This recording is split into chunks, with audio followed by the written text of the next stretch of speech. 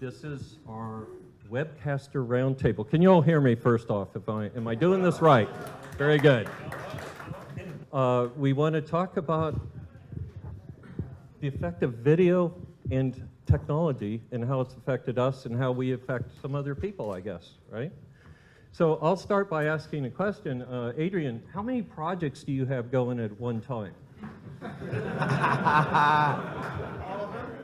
So on the way over the flight last night, I was watching episodes of Hoarders, which is a new season on Netflix.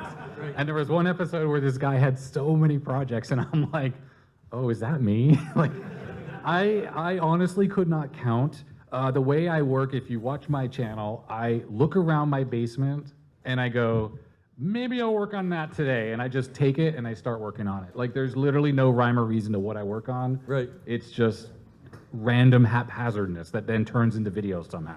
And we love you for it. Yeah. Thank you, thank you. So I just realized I skipped a step here. I'll start with some introduction. To my right is Jeri Ellsworth, who's been doing videos since the days of NTSC.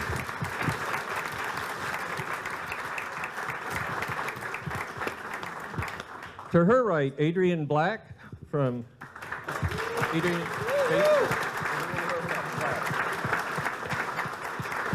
He's not afraid to work on Apple, but I forgive him for that.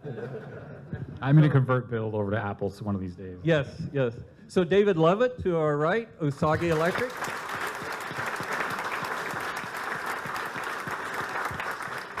And Fran Blanche from Fran's Lab, Fran Tone.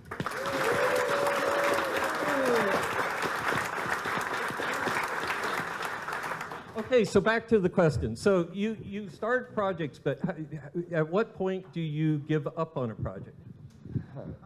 So I definitely will show things that go wrong, right? I think that's like part of the process, and I don't like it if everything is rosy. You know, I'm the guy who's just sitting there trying to fix the broken old junky computers that we all have. So I will shelve things until I maybe can take a fresh approach and work on something else, or maybe ask someone else for help or input and then go back to it later. But I don't know, I can't say there's anything I've ever actually given up on or like I left it unfixed. Oh, you fixed everything? Well, okay, that's a lie. 'Cause it may never work, and then yeah, I don't know. You know, Never work Yeah. in this town again. yeah. Okay, ask someone else this question. All right, Fran, same question. How many projects do you have going at once? Or do you do just one project at a time? Oh, no. There are many. Right. You know, I have lists and books full of projects that Right. I got stuff that I intended to do years ago that I still haven't gotten to. So it's a very long list. Are you Right. like me, where you just like look and you're like, I'm going to make some video about this today? Yeah, if it's short. But the long art projects, they can take years, you know. And you run out of money, or you run out of space, or you have to clear out the table because you got to do something else, and then it sits on a shelf for another few years, then you forget about it, and then it's like, well, I really should do that again. And because my shop got broken up, I used to have it all in one space, and now it's in 3 different locations, so there's a lot of planning involved, and I might have to think ahead to, well, I've got to go over to that location to do that project, or to do this part of that project or something, so it's... I think this is you find what you're saying is like, I have no space, so I can really only work on like 1 or 2 at a time. Otherwise, it sits there on the bench, and I'm just like, I gotta move this. So yeah, it kind of makes me work on one thing at a time just because of the actual space. If I had more room, yours is split up, so you're in the same boat now. Well, I started a crate system like 2 labs ago, so everything's in crates, and I've got crates on shelves. So there are hundreds and hundreds of these crates that are filled with either parts that are going to be part of a project, or projects that are half done, or projects that just have notes and stuff. So it's a world of crates. Right. So Dave, you just increased your space in your area, right? Yeah, I was filming in the guest room, which meant that every time a guest came over, Yeah, he had to. there was a bit of a problem. So Dave does tube-based stuff, tube-based computers and things. And how hot did that guest room get when you were? So the vacuum tube computer that I'm working on, when I was testing it and building it in that room, that's 190 vacuum tubes. Each tube is 6 volts with 300 milliamps for the filament. So, you know, I'm in front of people, so I'm not going to do math because I'll get it wrong. But that's a lot of filaments. And so to film the episodes, I would you know, fire it up and let it warm up, and it takes about a minute or two for it to stabilize and get confident that I'm going to get the right results out of it. And then I would turn the camera on and I would film, and then, you know, when you're filming, you go, and that's how that works. All right, and that's how that, and then you do the, you know, you say the same thing 15 times to get the right take, and by the end of that, it's been 45 minutes, and I'm dripping in sweat. I've got pit stains going on. Like, this is untenable. We got to do something about this. So I, like, in all those old videos in that guest room, I would have the fan on high whenever that thing was going, and sometimes I'd have to crack a window and put the AC on max because it just puts out a ton of heat. But that, to answer your question about expanding space, that room was 10 feet by 10 feet. So it was very tight, and I'm 6 feet tall, so it's, there's not a whole lot of room in there. So I commandeered a bit of the garage and built a 25 feet by 11 foot room. But I filled it full of mini computers, so, you know. Yeah, it just immediately expanded to fill the space. That's how it goes. Like within 3 weeks, it was full. I was like, well, that went well. Right. So, Jeri, you and me started in the days of NTSC.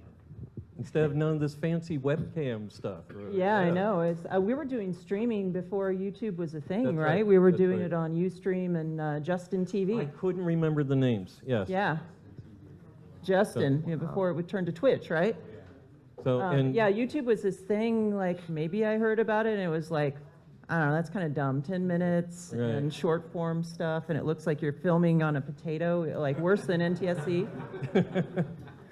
yeah, you worked for TriCaster at the time. Yeah, I worked for New Tech. So back, I don't know, was made it? the TriCaster. Yeah, New Tech. If you're Amiga fans, you remember the video toaster.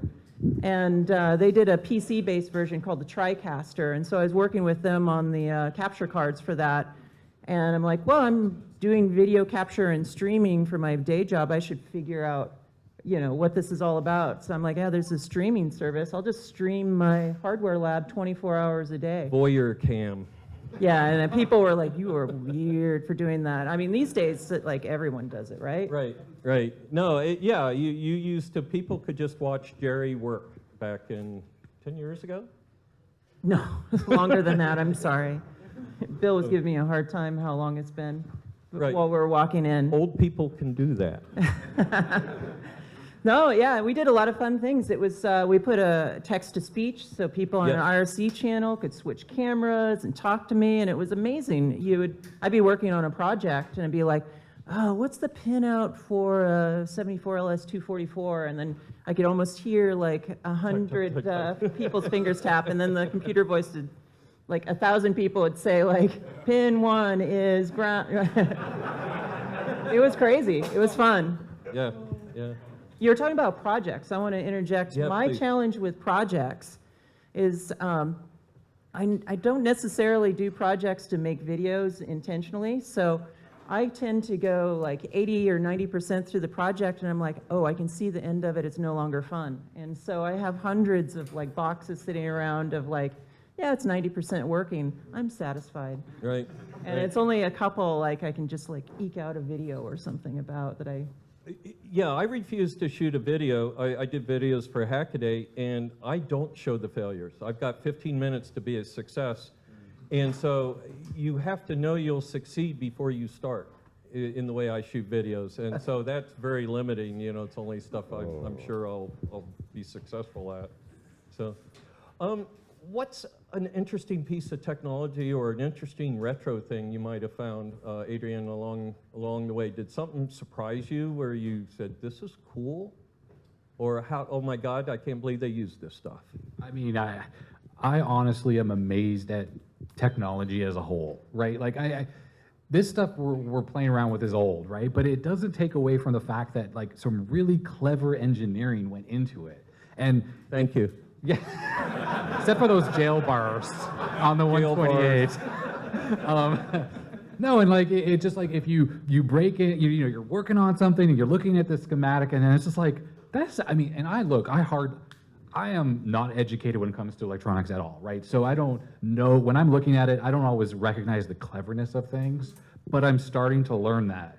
And so in other words, I like all platforms, and I like all the retro stuff that's out there. And yeah, I mean, I'm babbling at this point, but. No, because you gave me the inspiration to fix not fix, but get the To Commodore try. LCD working.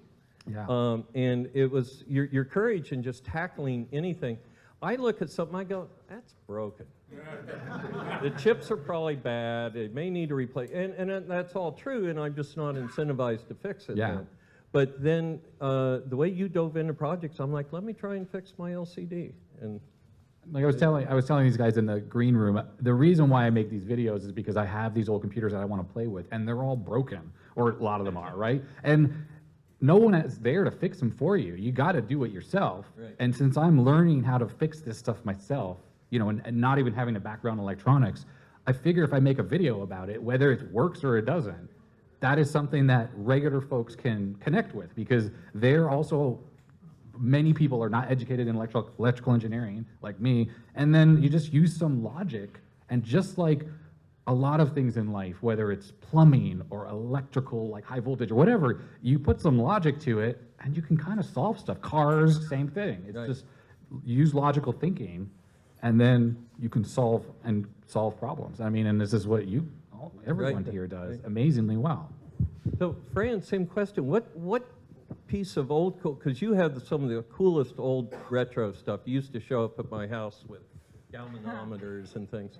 What sparked you? What was cool? Oh, you mean What- initially, Vintage thing like that back in the turned you on. 20th century? Yeah.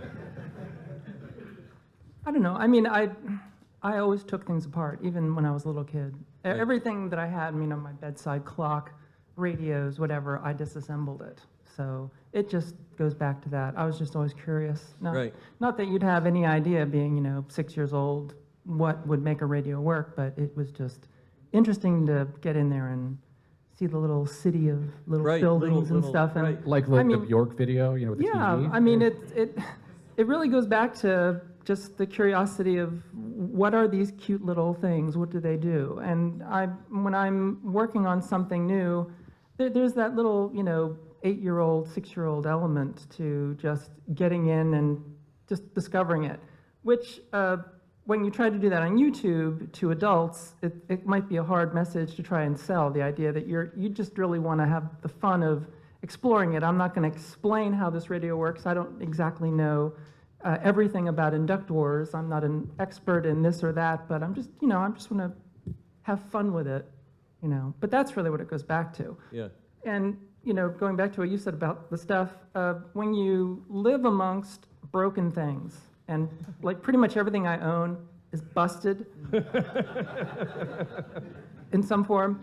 So taking on a project to repair something, payoff is a really hard factor. You have to sort of project, is it really worth it to spend these days and maybe smash some things in anger to actually maybe get this working again? Is it really worth it? Is the fact you're shooting a video, does that drive you further, or to say, yes, I'm going to keep fixing this, or give up sooner, or? It depends. The model of content of making a video of like failing really big, it has limited appeal. So people want to see it work. They want the payoff Yeah. at the end, right? I mean, I did that. I have had videos where I have many in a series where I show a thing and it doesn't work, and I say, well, obviously I'm not going to fix this because that would be stupid. And then next week, the repair. So. Right. So, Dave, you do stuff with tubes. What's wrong with you? What's there's these things called transistors now, right? So what about the old technology that floats your boat? I have this innate desire to understand how something operates. So when we talk about like a discrete transistor, you're talking about semiconductors and N-doping and P-doping and charge carriers moving between. I don't get it. I don't get it. But I do get the concept of you get this piece of metal hot enough and you put a negative charge on it, the electrons get excited and they boil off. Right. And then if I give a strong positive potential somewhere else, the electrons are like, yo, I want to be over there. So they go over there. Like, that's it. That's the whole thing. They boil off and they go, I want to be there. And then they go there, and that's a diode. And then if you flip the charge around, suddenly got, positive charge on the hot cathode. Right. And the electrons are on the cold anode, and they're not hot. They don't boil off. So they can't go the other direction. And so that idea of visualizing how the electrons move through a vacuum tube was something that clicked. Whereas the idea of how electrons move through N-doped and P-doped silicon doesn't click, still to this day. I've watched so many videos and read so much on it, and I just get to the end and I'm like, those were words.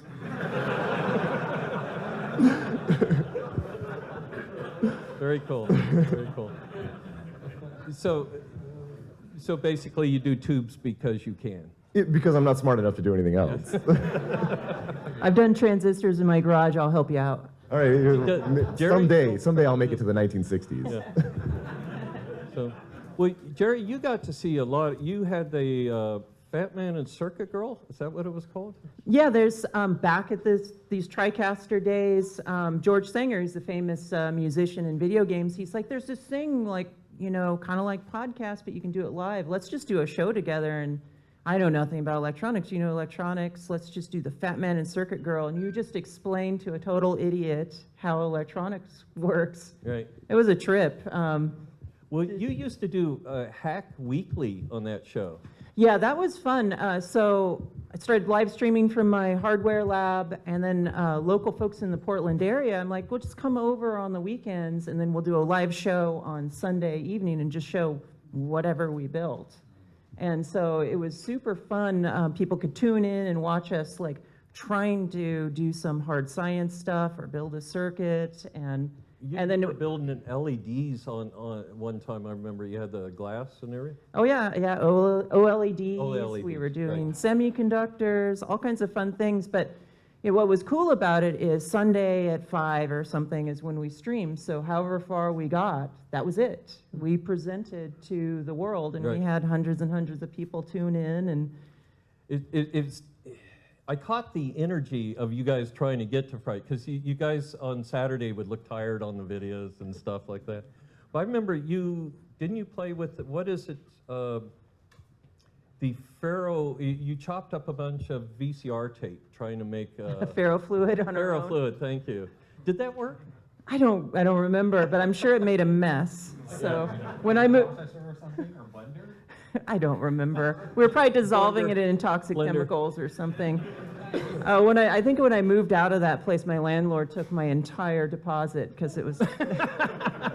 Like the walls are magnetic for some reason. No, actually, it was very awkward. Like towards the end of that lease, this landlord was giving me a lot of grief, and since everything was live streamed 24 hours a day, he'd call me up like, "You were burning things in the shop space." I'm like, "Yeah, shut up." It's on tape. There's pros and cons to live streaming your life. Right. That was courageous, though. I'll give it that. What do you use for an editor, Dave? For Like editing, that was a human-wise whole or breakaway. software-wise? So for software for editing the video, what do you use? I use DaVinci Resolve because I'm poor. And Fran, same question. I got married into Vegas.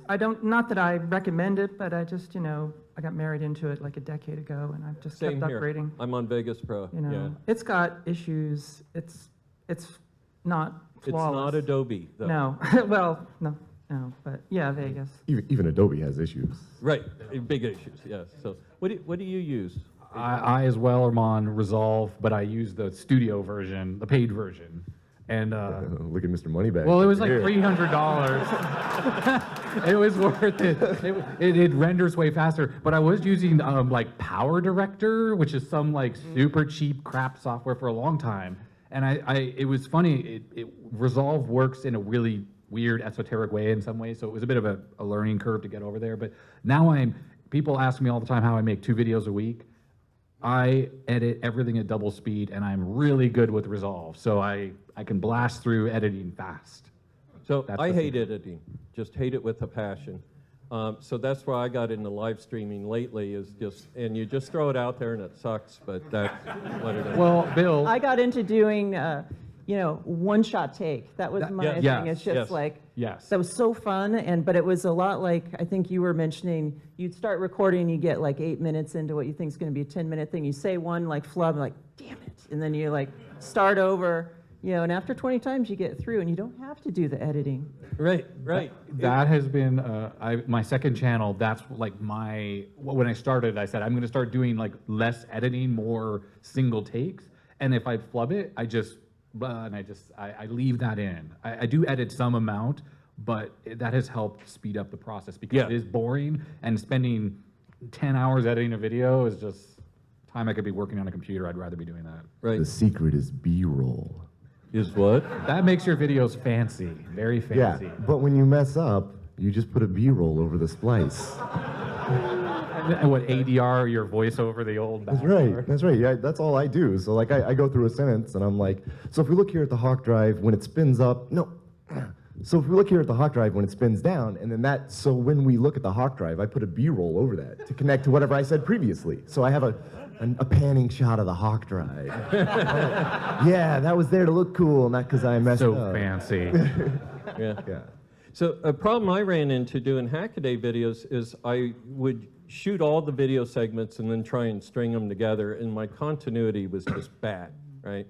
So now what I do is I'll shoot part of a video and then throw it in the editor, make sure it's good, and then do the next part. So I'm literally editing as I go. That's how much I hate editing. Well, I am curious, and I'm sorry to ask some questions, but Fran, do you script any of your videos, or you just do everything off the cuff?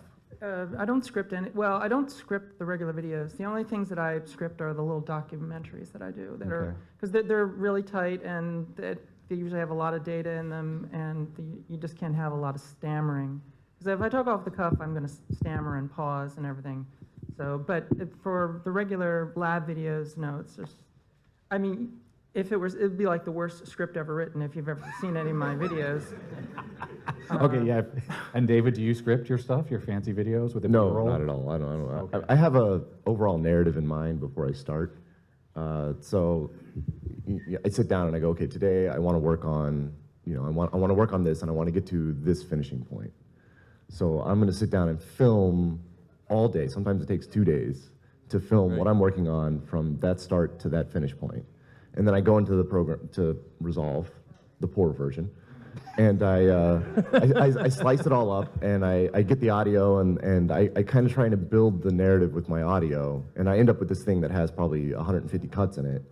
And then I go through and I go, okay, what can I cover with B-roll? What can I blend? What can I cut out? And I generally start with about a 40-minute video, and I slice about 18 minutes of crap out of it to get it down to 22 minutes of less crap. And then that's kind of the workflow. And so I make a list of what B-roll I need, and then I go out on the 4th day or the 5th day of the week and film it. Right. Jeri, same question. Did you script your stuff or just? Mostly not, but I had to keep like complicated stats on like cue cards there for me. So I sound intelligent when I'm talking like, yeah, I know all this stuff. And it's just like, okay, getting to this point, oh yeah, 3.14. I get a look on my face when I know that I've forgotten the name of the protocol I'm about to mention, and I'll go like this and, cut and start again. So I'm going to do something different here. First off, if anybody's got any questions, just shout them out. But we've got a great webcaster over here, Alan Wolke, W2AEW. Stand up. So, Alan, how many hours does it take to make a minute? Oh, you don't have a mic. I'm screwing this up. Yeah, come on up. I don't. I'm going to swipe frames real quick. Thank you. I'll share. Okay, we'll share. So what was the question? How many hours? How many hours for a minute? How many hours for a minute of video? So I usually tell people that every minute of video that I've got up on my channel represents anything from 10 minutes to an hour of work. Yeah. And it's not that, it's not the editing, right? It's not the filming. It's all the stuff up front, right? And where, you know, I'll generally try to do a video where that's a success at the end, right? So I kind of do most of the stuff once. I make sure I've got all my experiments done, all my documents done, all the drawings that I want done. I re-edit those things 10 times, and the paper that I go through just to re-edit those things. And then finally, when I go to shoot the clips, are we going to switch? Yep. Okay. Oh, it's mobile. Yeah, we can walk around with it. There we go. So is that, oh, it's working? Okay. Yes. So all of that pre-work is really what takes all the time. The actual filming and the actual editing is pretty minimal. Right. Because I don't do a whole lot of editing. I shoot, but I used to do the single shot and then the 8 minutes in, oh crap, and I got to do it again. And you wind up doing the same video 5 times because until you get the whole thing right once. Then I started doing editing, and I'm even cheaper than you. I go free. I use Shotcut. Doesn't cost a thing. That's I do. Yeah. I do all. Resolve's free, Okay, there you $3.99 go. too. So that's what I use. But I'll shoot 1 or 2 sentences at a time now, Right. until I get the sentence to sound right.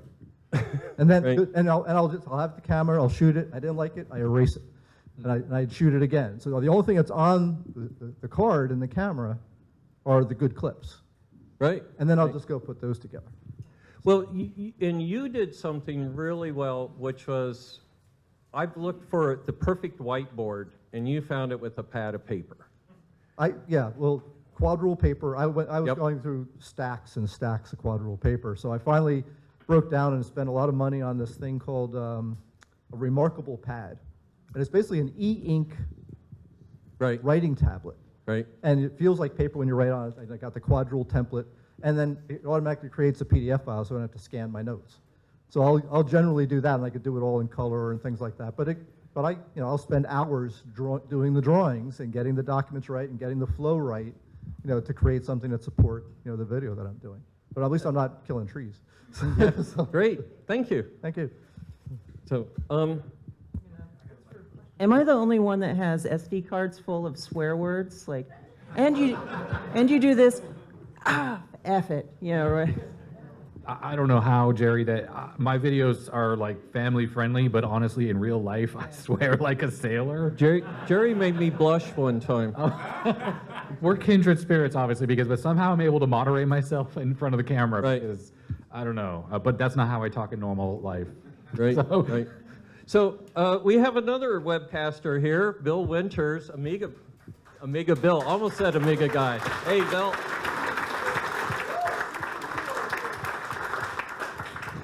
So, Bill, I want a setup like yours. How much does that cost? This setup here? Yeah. Oh, I don't know if I should Can't say. afford it. About between 20 and 25. So, what's good equipment for somebody setting up webcasting at home? Say again, sorry. What is good equipment for setting up webcasting at home? if Well, you had any? this isn't exactly for webcasting. This is a camera that I use. That's professional. Yeah, I use this as a B camera on my real job. But Okay. at home, I usually take like old cameras that I don't use for work anymore. But at home, there's some really, really cool cameras these days that you can use. I'm a big fan of the Blackmagic cameras. Yes. I'm also a big fan of, I'm a big Sony fan. So I love cameras like the Sony FX3. I think it's a fantastic camera. The Sony FX6 is out of this world.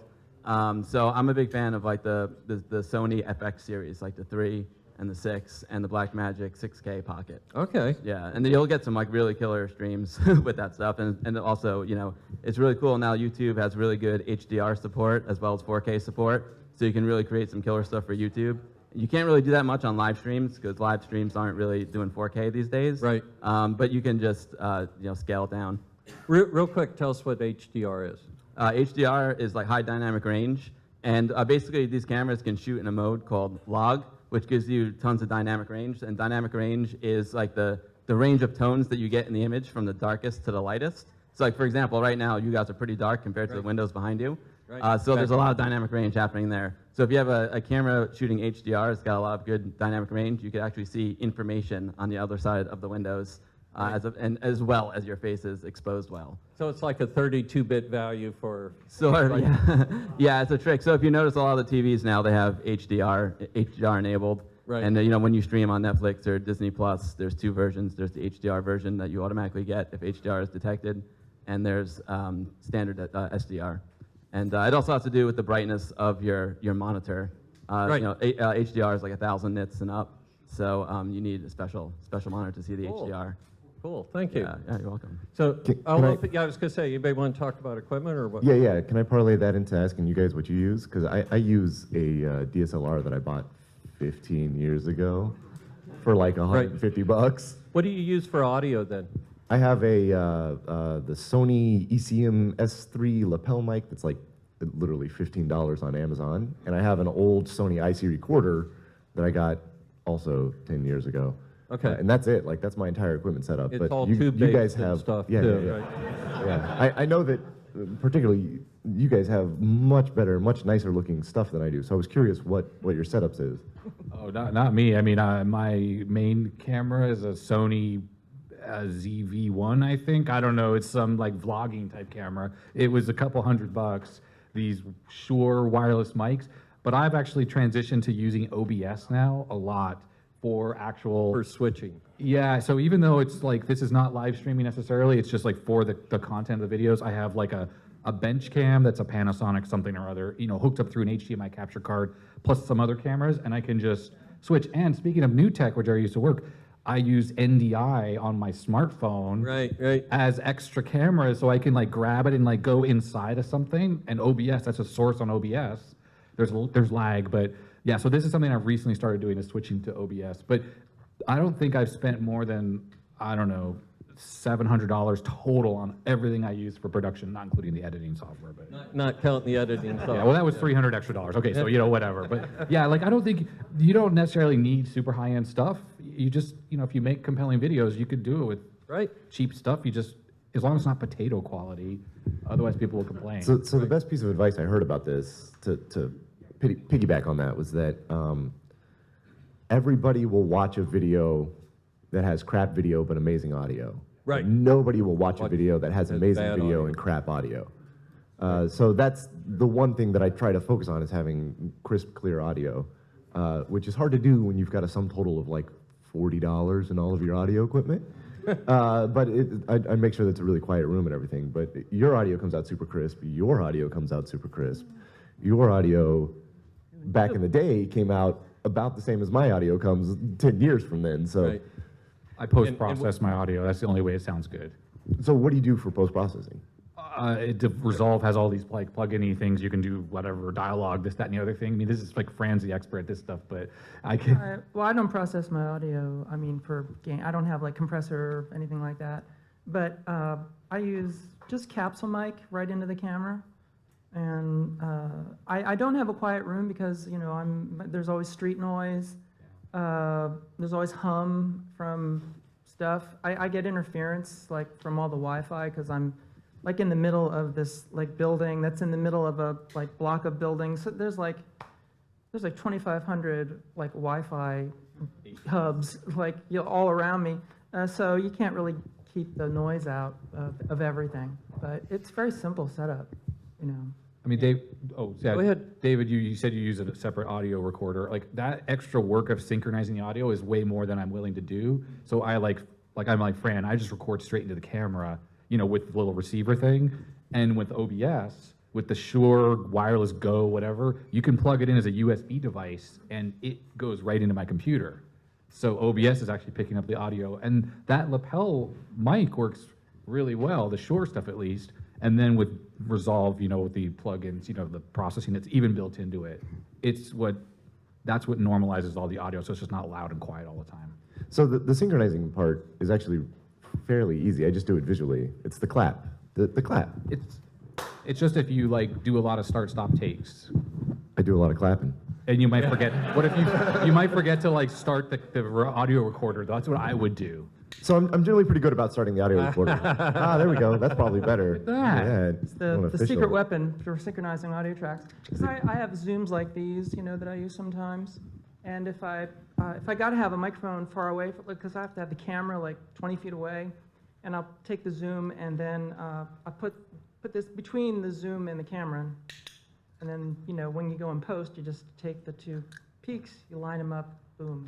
Yeah, you can visually see it. Sometimes, depending on how far the camera's away, Well- you can delay it. You can like add 4 or 5 frames of delay to make it look like it takes the sound a little bit of time And to I've travel got there. some cameras that don't, it's not exactly on sync. So, I mean, when you actually look in the editor, you see the peak here, but you find that it's actually like a little lag or a little head of actual sync. So, but yeah, they sell these as training clickers. That's for dogs. dog Pet training. stores. Yeah. But, Now, do really you good. record to SD card or to Yeah. hard disk? No, well, SD card in the cameras, but then I dump everything Right. on the hard drive to So edit. it's a two-step. Yeah, and then every week or so, I've got to dump all my rushes and edits and files onto hard drives. And at the current state of the channel, I fill up a terabyte hard drive every 6 months. Right, That's just rushes, edits, everything. right. Does everybody record to SD? Or I record straight to the hard drive. That's why, and I'll talk about that in a second. But Well, my setup back in the day with the TriCaster, I had the fortunate, Right. advantage of having these prototypes around, but all my cameras were things I found at like Goodwill stores, like they're camcorders that I taped a button down so they'd keep running. Found like 1990s pan tilt zoom cameras that we hacked into so we could like move them around. right, And, right. Back in those days, you didn't monetize it, you couldn't monetize it, like who cares? So I'm just doing this and got lots of complaints, like all the haters in the comment, like your aspect ratio is wrong, and it's like, Been wrong for years. go stuff it, I don't care. Like, I did some upgrades over the years. I have some interchangeable lenses on like an NX20 camera or something like that. But now that I'm aging and there's a lot more lines on my face, I don't like the HD. inrush of like 4K. Like, it just makes me feel bad when I'm editing videos. Yeah. Yeah, I mean, So, Bill, go ahead. you were asking because I record to SD, I record OBS, which obviously goes to the hard drive, but I actually edit off my NAS. I have like a NAS at home, so everything goes on there, and I actually do the real-time editing off the NAS itself, which is good because computers die, right? I kind of know this because I work on a lot of broken computers, so I don't want my main editing machine to crap out and then 3 weeks of videos are just poof.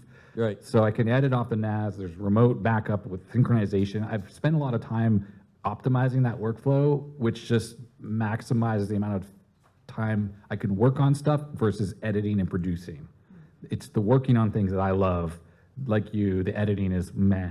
Yeah. So let's yeah. speed that up as much as possible. So I record straight to hard drive using XSplit as my switcher. And so I don't, and then I dump it to NAS right after. Yeah, I do all the gathering and everything. But I don't have that step of cleaning out the SD card and going to the XSplit. But the problem I had with early on is I did record a big long video, and when I finished, the audio was a different length than the video. It had recorded it at 2 different rates on the hard drive, and that's how I ended up at Vegas Pro. Was it allowed you to do an audio stretch without changing it. And that was everything. So here we're talking about synchronizing. I was stuck with the synchronizing problem, and that picked my product for me. So And this is Cool. one of the things that Vegas does well is the stretching, because Yeah. when things get out of sync.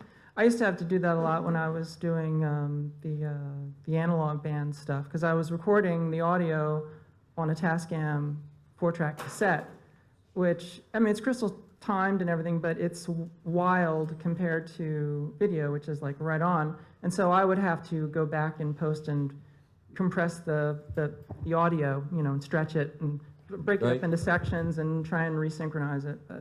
right. But do you shoot in 4K, or are you doing 1080p? I'm still at 1080p. Is anybody shooting 4K? Because, Anybody? I mean, one of the peculiarities, because the thing about YouTube is that YouTube gives preferential treatment to channels that upload in 4K or, better. And, but the real deficit to doing that is in the storage, because I'm already filling a terabyte every 6 months, but at 4K, the storage is Right. ridiculous. We should just upconvert our 1080p and then upload it as 4K and screw that. But Vegas doesn't work well in 4K. That's one of the things that hasn't really been resolved Right. yet. Even in the current version, and it won't do shorts because Vegas won't do 4K vertically. Oh, that's, yeah. So what about lighting? I'm from the days when you had to hit bonkers lights, right? You're from those days too, Jeri, I assume.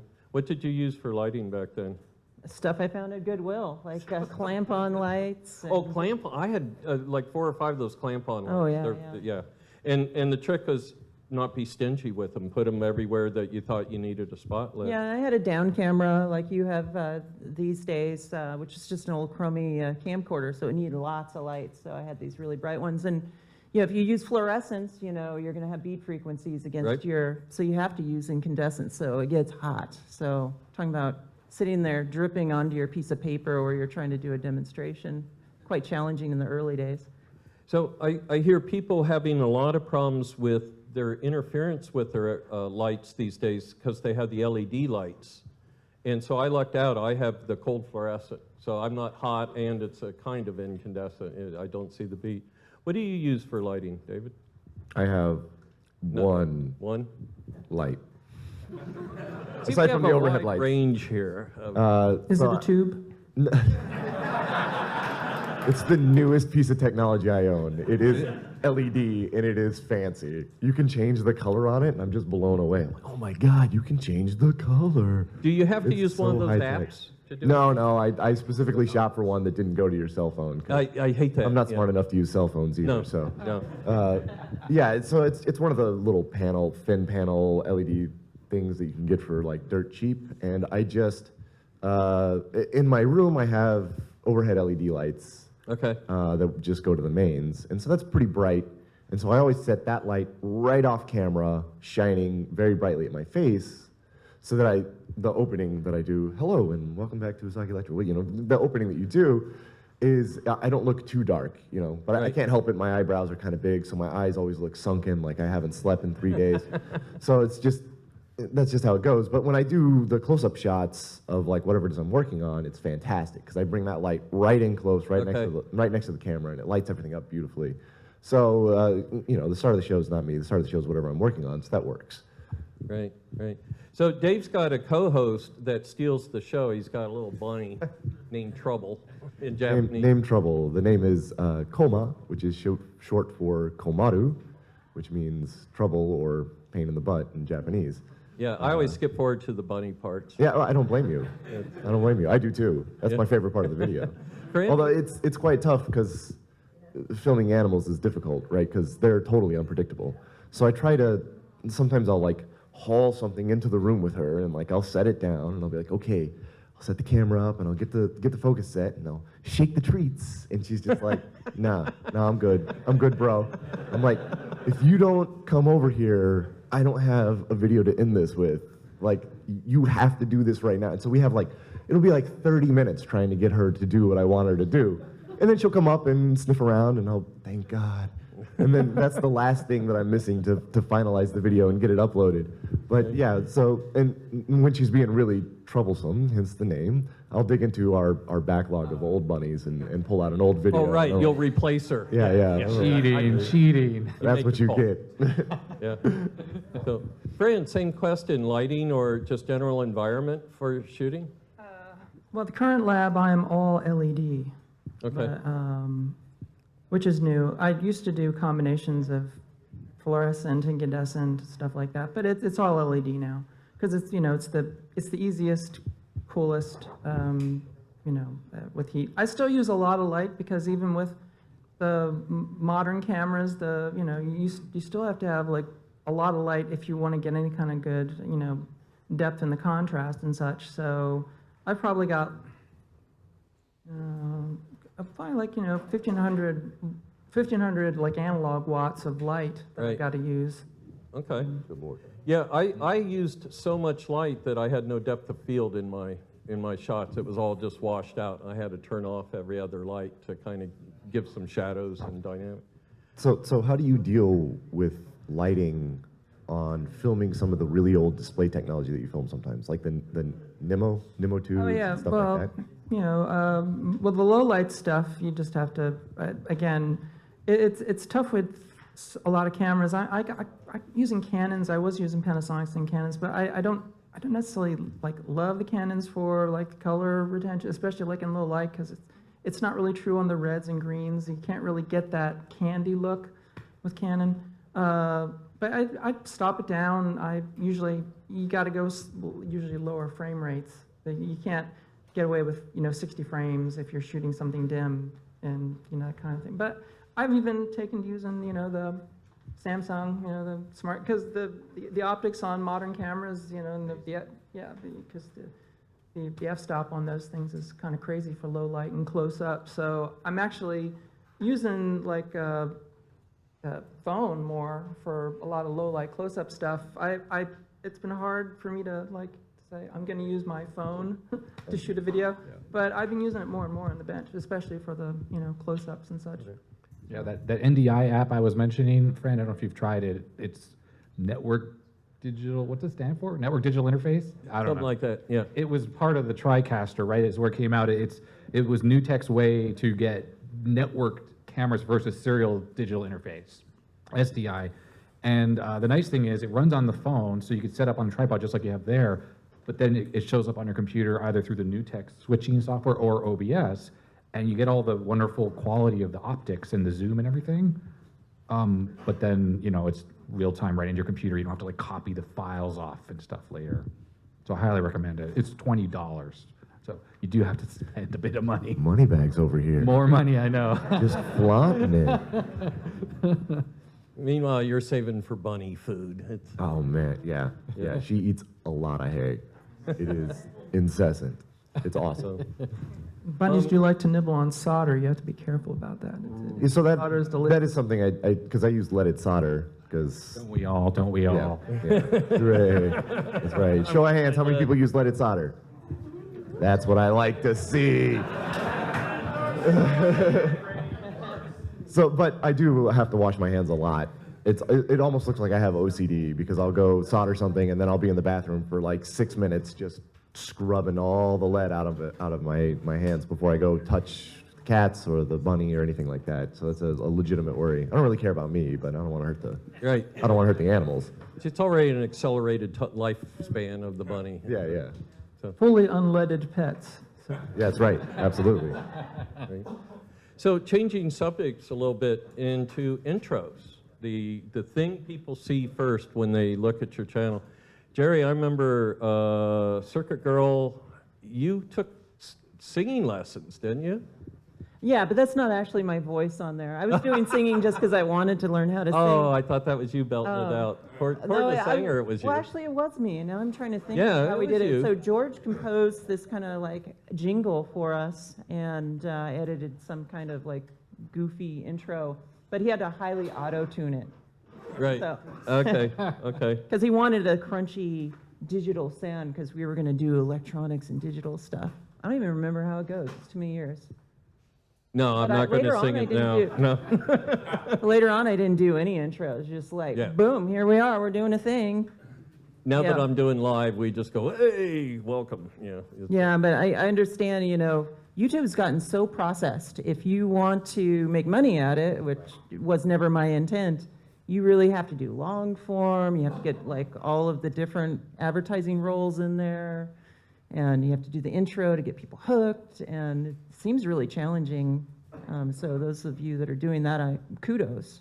Yeah. I was on a driving here from the airport last night. I was listening to a podcast, and I don't remember his name, but the guy who has the channel Veritasium. Yes. He was talking about how the intro matters because, when you scroll your feed, it autoplays videos. So he was putting the hook in there is a way to get people to click your video. And I never even I don't think about that stuff at all. But Right. like you said, Jeri, it's So that raises the question of something that I've been thinking about a lot, which is I watch all your videos, but I can't remember for the life of me. But I believe that you start with the camera comes up, you say what we're going to work on today, then you run your intro theme song, and then you get into it. Right. And I do the opposite. The intro theme song starts, and then I start talking. So the first thing people see is that 10-second intro theme song. And- Right, which And I means if they're- don't know which way is Very better. catchy. Yeah, it's a Yeah. jazz rendition of a Final Fantasy VII battle theme song. Right. But think about if I someone, didn't do it. I'm not good. if they're scrolling through their feed or whatever to subscriptions and it auto plays on the mobile app, they're not going to see what your video's about. They'll just see the intro. Yeah, That's what he explained at least, and I was like, oh, it makes sense. but the converse part is that if you hear that intro, you know it's me, Yeah, oh, yeah. unquestionably, undoubtedly. If they saw your face, they'd know it's you too, though. To counterpoint that, I mean, like Fran's like, hey, it's Fran. You know, it's like, yeah, no doubt about it. Well, and Fran, you've got a couple of videos, or I mean, a couple of intros. You've got the windy one and Yeah, like, some, probably like 7 at this point. yeah, and it sets the stage. You know that you're about to watch something retro when you see your intro. So that's cool. So let's talk about the gorilla, YouTube, the rules. Do you guys just make videos, or do you abide, or do you research? Do you track? I mean, I don't do any of that. I'm like, screw YouTube. In the early days, it was Wild West. So I'm like taking potassium nitrate, mixing it with Caro syrup and sugar, and making rocket engines and burning my finger. Right, and right. Like, okay, let's do some cryogenic cooling, and it's just like, you know, hopefully no one got and now hurt. you'd be banned for. Well, just recently, I haven't been doing much on YouTube in the last couple of years. I went back and there was like notifications like, this, you've been naughty, you could be deleted from all of these naughty strikes. I'm like, ooh, I better turn off some of these, like, Some of these old videos. you know, taking, you know, peeps and burning them with a laser and get them out. Yeah, right? Awesome. Why not? They're peeps. I mean, come on, they asked for it. Yeah, I had to take them down. That's the best use of a peep, to be honest. Burn it. Yeah, That's a good use of a laser too. that's true. So. Right, right, right.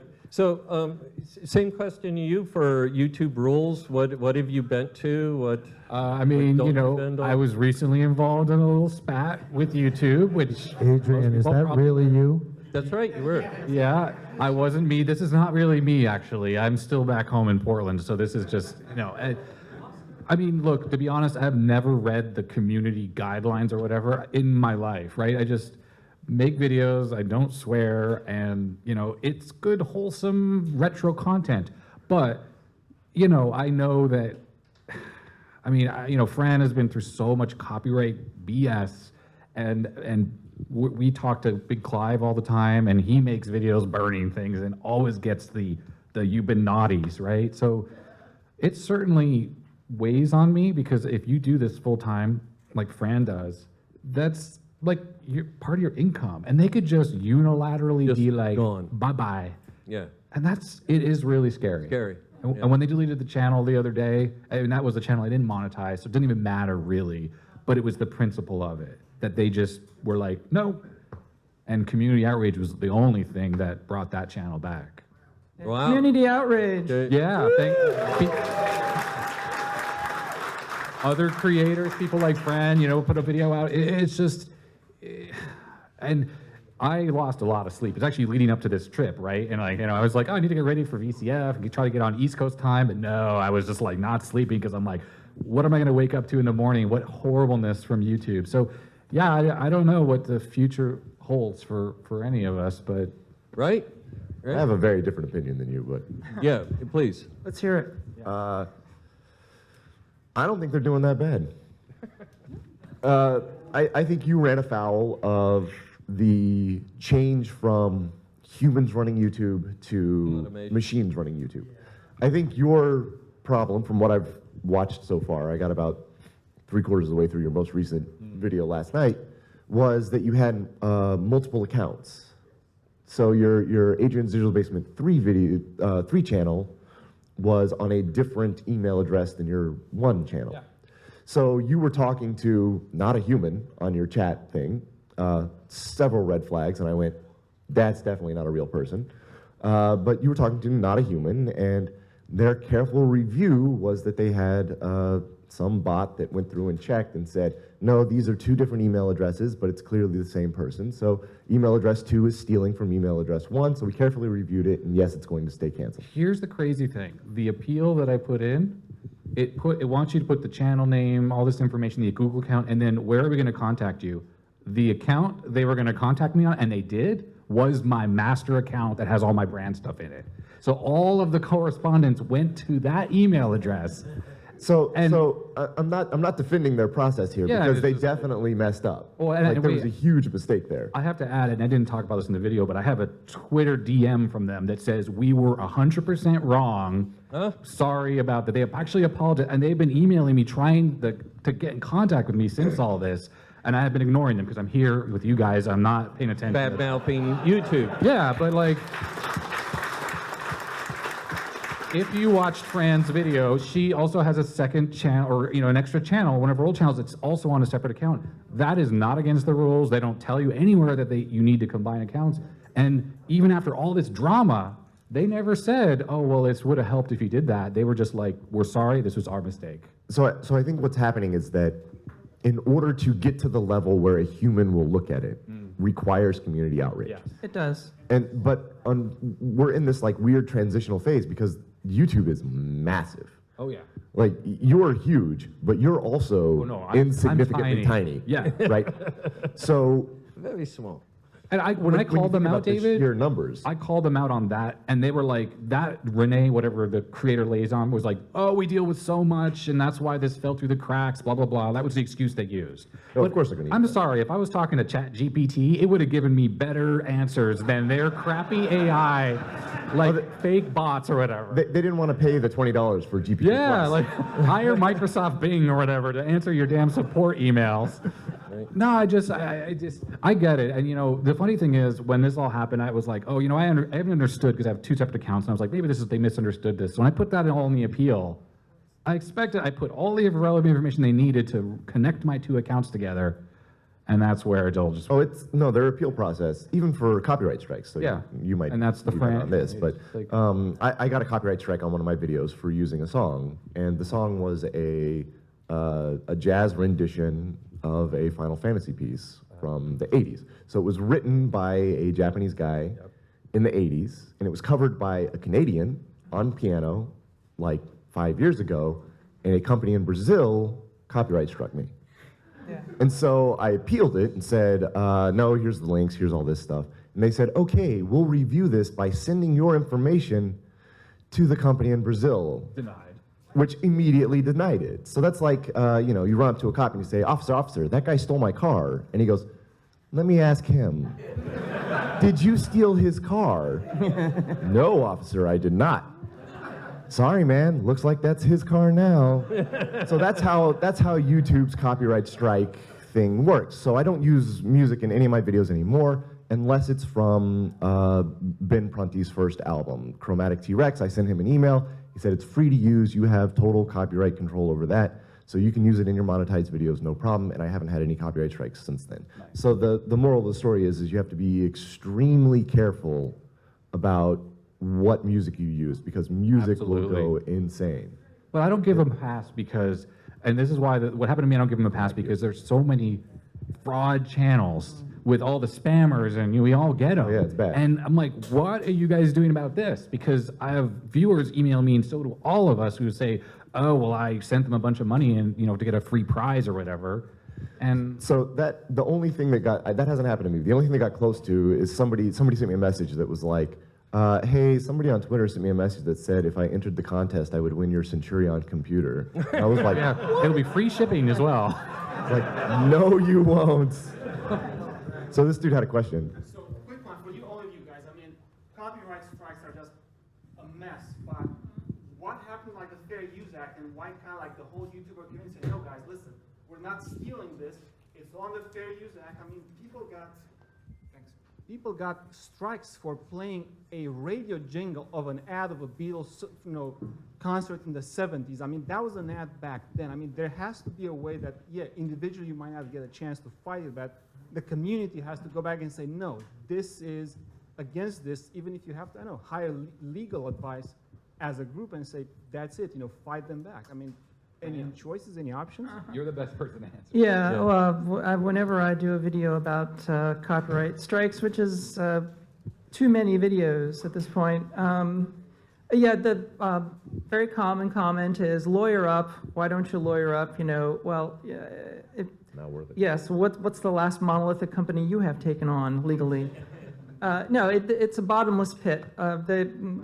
Companies like Google, you can't litigate against them. They will outgun anybody.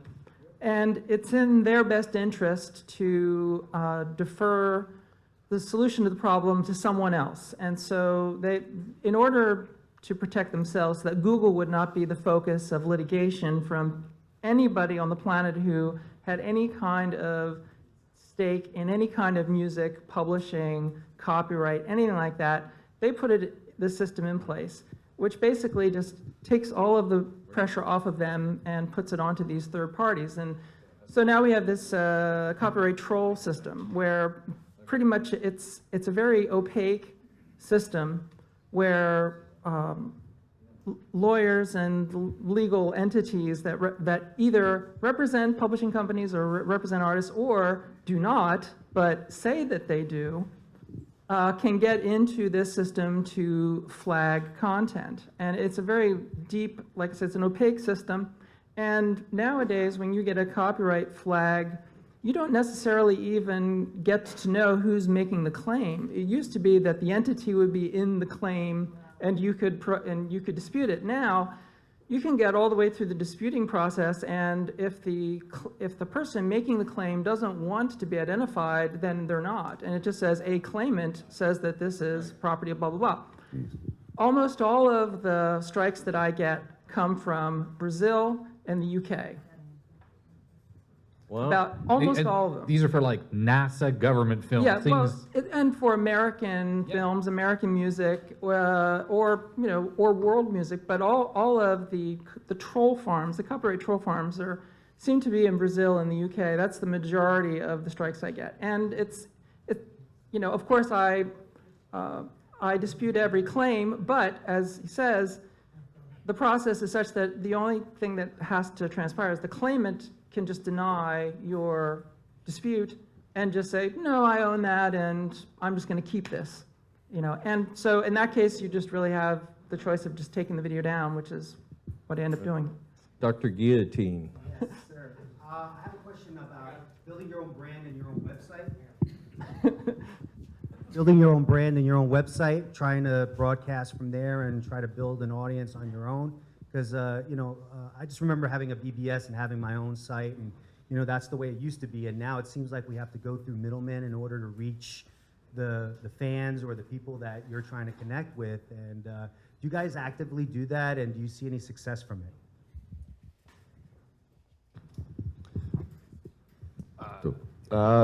No, I don't actively do anything. I made the logo, the Usagi Electric logo, which I guess technically is my brand, right? That it's tiny, but I've got it on my shirt here. But I don't really push it like a brand, because the brand is not just the logo. The brand is all of it, all inclusive. What we work on, what we do. As far as like your question about how to reach a wider audience, I think there's two problems going on. My question is more like how to cut out the middleman getting to the audience. Okay, so how to reach it? Yeah, so how do you reach an audience? So I think there's a couple problems going on right now. So in the BBS days, the people that were capable of doing that was quite small, quite niche.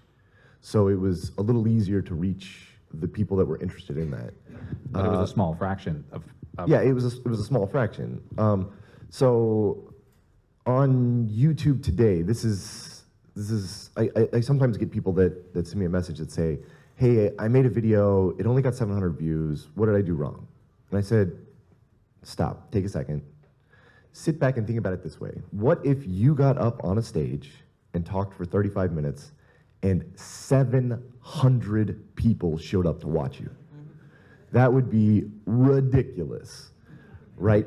So when we now start thinking about it in the context of YouTube and the middleman, if we take out the middleman, we're back to that 700 people. Now, back in the day, 700 people on your BBS would be ridiculous. It would be a huge number of people. That's a massive amount of people sharing an interest with you that actively share it with you. That's awesome. And that is essential to what we do. But in order to be considered even remotely successful on YouTube, you got to have like 100,000 views per video. And what is 100,000 views? Adrian, you get 160,000 views, like average. No, not that much. I'm more like 50,000. Yeah, good videos are like that. Okay, so, but anyways, 50,000 views. You get 50,000 views on average. So we'll take that as a number. 50,000 views, that's a stadium. You fill up an entire baseball stadium every week so that people can sit down and watch you for 45 minutes. I'm in that stadium, by the way. The scary number to look at is how many hours you've wasted of people's lives. Yeah. On opening boxes. I look at my channel and see like millions of hours. I'm like, oh my. Hey everyone, What have I done? sorry to interrupt something important. I'm looking for someone named Craig Roti. Are they in the room? Yes. Craig, okay. I need to talk to you for a second. Okay. Thank you. So to get back to kind of try and take a very long road to your answer, I think the problem is that it's very easy to get lost in the noise on YouTube. There's a ton of people out there trying to do it, and we've also built this image in our brain that you're not successful if you're not getting 50,000 views a video. But the truth is that if we could make a living, make this our livelihood by doing it to 700 people who are diehard, I absolutely would make that change. But because of the way the monetization thing works, it has to spread very far out, and your brain loses sight of the numbers very quickly. So I've founded a startup, so I can talk about like trying to build a brand around a startup, which I think has some parallels.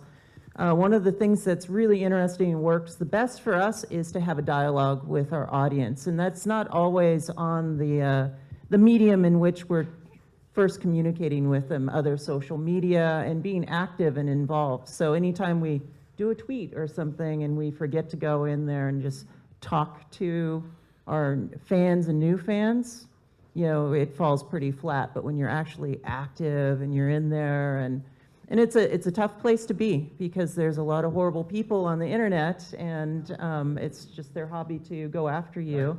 And you have to develop a thick skin. And I think for me, in the early days of my YouTube channel, that was challenging for me. I'm a very, insecure person, actually, and I had to build up this thick skin of like, you'd have 100 or 1,000 like really nice comments, there'd be that one. It's like, your hair's too red, or something like, oh, my hair's too red, I feel inferior. Curly.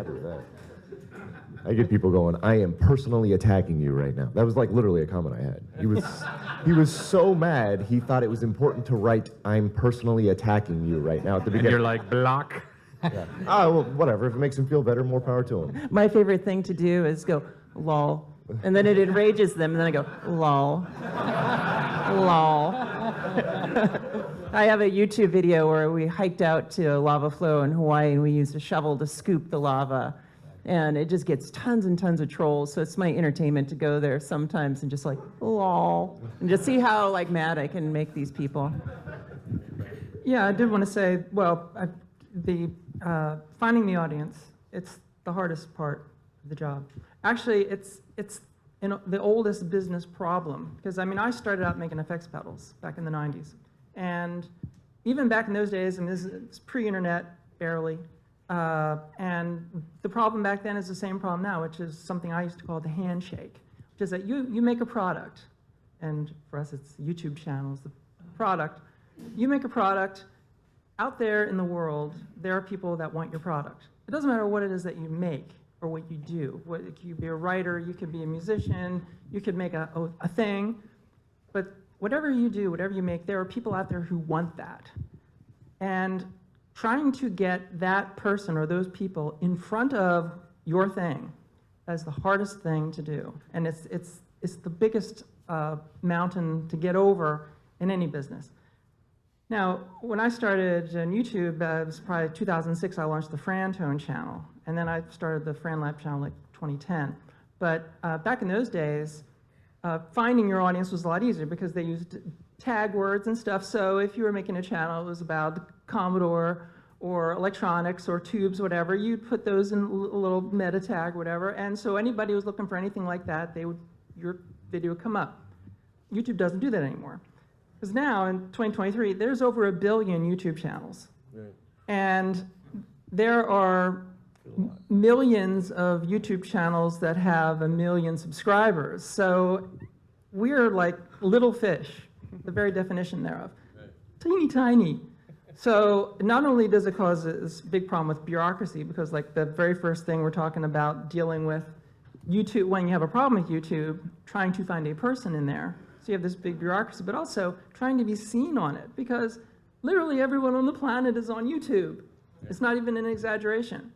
So now if you're producing content at some great expense of time, money, whatever, and you want to get that content to be seen by an audience of people that you know would want to watch it, that is a very hard connection to make right now. And honestly, there's really no really good answer to that. I think every one of us is trying to look for the secret sauce, trying to find that secret thing. But what I found with my channel is these days, you have to have semi-viral videos. You have to have, no matter if you put up a video every single day, your channel is just gonna, flounder, and some people will see your videos. You might have 250,000 subscribers, but every video you put up is gonna get 4,000, 5,000 views, something like that. A minuscule portion of that subscribership because of the way it's set up. So the only way you're gonna be seen, the only way you're gonna find your viewers, you have to, every year, maybe twice a year, you have to have a video that really, really takes off. It just, for whatever reason, it gets 500,000 views, and then that's gonna sustain your channel for 6 months or a year. If you can't get that one breakout video every now and then, well, I'll get back to you on that next year when my channel goes off the air. Yeah, I'll take one.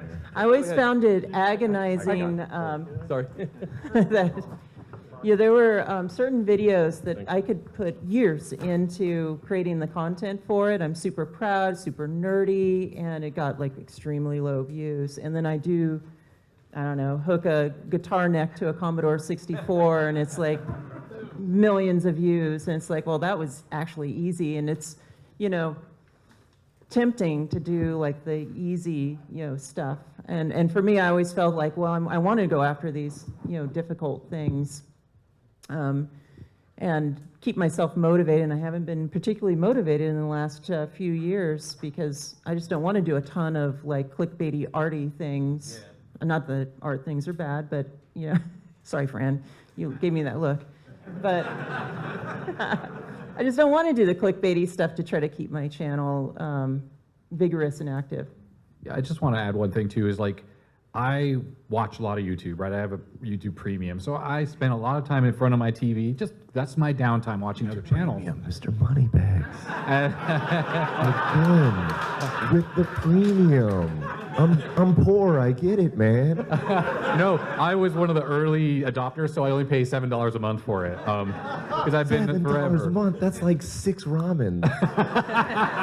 No, if you get the 25-cent a pack, that's more than 6. That's a lot more than 6. No, but I buy the fancy ramen. it is better, it really is. But I was just gonna say, like, I watch other channels, and there'll be a video that is so well made and really interesting content, and it has like 500 views. Yeah. And it pains me because I know that creator put a lot of effort and time and made a really interesting video. And they ask me, like, they might send a message, or, people I know, like, what can I do? I'm like, just like friends, like, I have no idea. I barely know myself. And if it wasn't for the odd viral hit that got, I found a television in the trash and fixed it on my channel. And that video has like 1 million views on it. And like, why? It was literally a trash picked LCD TV. But that alone brought massive spikes of subscribers. And you've had some really popular videos too, right, David? I think my most popular video is like 1/10 of your most popular video. Oh, well. anyways, I mean, whatever it is, like you have a very interesting, your channel has a niche that So is very different. I disagree wholeheartedly with both of you on this one. Yes, I like it. So I think it's slow and steady wins the race here. Somebody puts a huge amount of effort into one video, but for me, it's not one video that's going to put you on the map. For me, it's comfort food that puts you on the map. I'm comfort food. I'm ramen, right? So I think consistency is key here. And I think that the YouTube algorithm, The big all-knowing algorithm. I think the algorithm is happy with consistency, because if you put out one video that gets 1 million views, they get some ad revenue off of that, and then you're done. You're no more ad revenue for it, so the algorithm doesn't care about you anymore. But you look at a channel like Mark Rober. But he puts out a video a month. Oh, does he? It seems like there's more time between them. So he's I'm going pretty to take consistent about umbrage that. with you just a little bit. No, okay, so there's another YouTuber who's not here, Dave Jones. Hey, Dave. Hey, Dave. He's in the camera. So we talk about this issue a lot, because Dave and I have both been on YouTube for like 12 years. So we have all this data of how our channels have grown over like a decade. Now, Dave always posts his data that his channel is exactly like you say, slow and steady. He always makes videos every week, constant uploads, everything, and he shows his viewership is just, it is literally a straight plane, just a flat, ever increasing slope. My channel is all over the place. It's up and down and up and down and up and down. I have these little spikes, and then it just dies for 6 months, and then nobody's watching the channel, and then it's up again, and it's like this. It's all over the place. It doesn't make any sense. I wish I could figure out the secret sauce, but there's something else in there. I think I know. Okay. And I've experienced this. Jeri's You have gonna a tell me. wide variety of topics on your channel, and I've experienced this myself.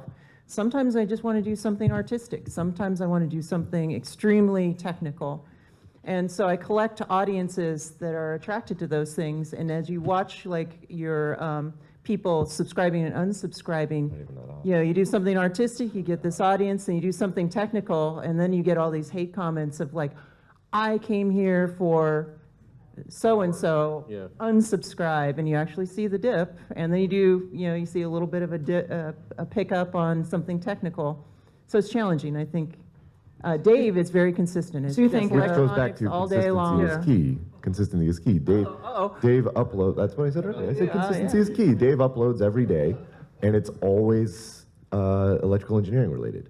I upload every week, and it's always the same 4 or 5 topics that I cycle through, which are all not electrical engineering. It's all electrical idiot in a room making sparks, but it's all, that's the same thing. So, yeah, electro boom. That guy's got the secret sauce.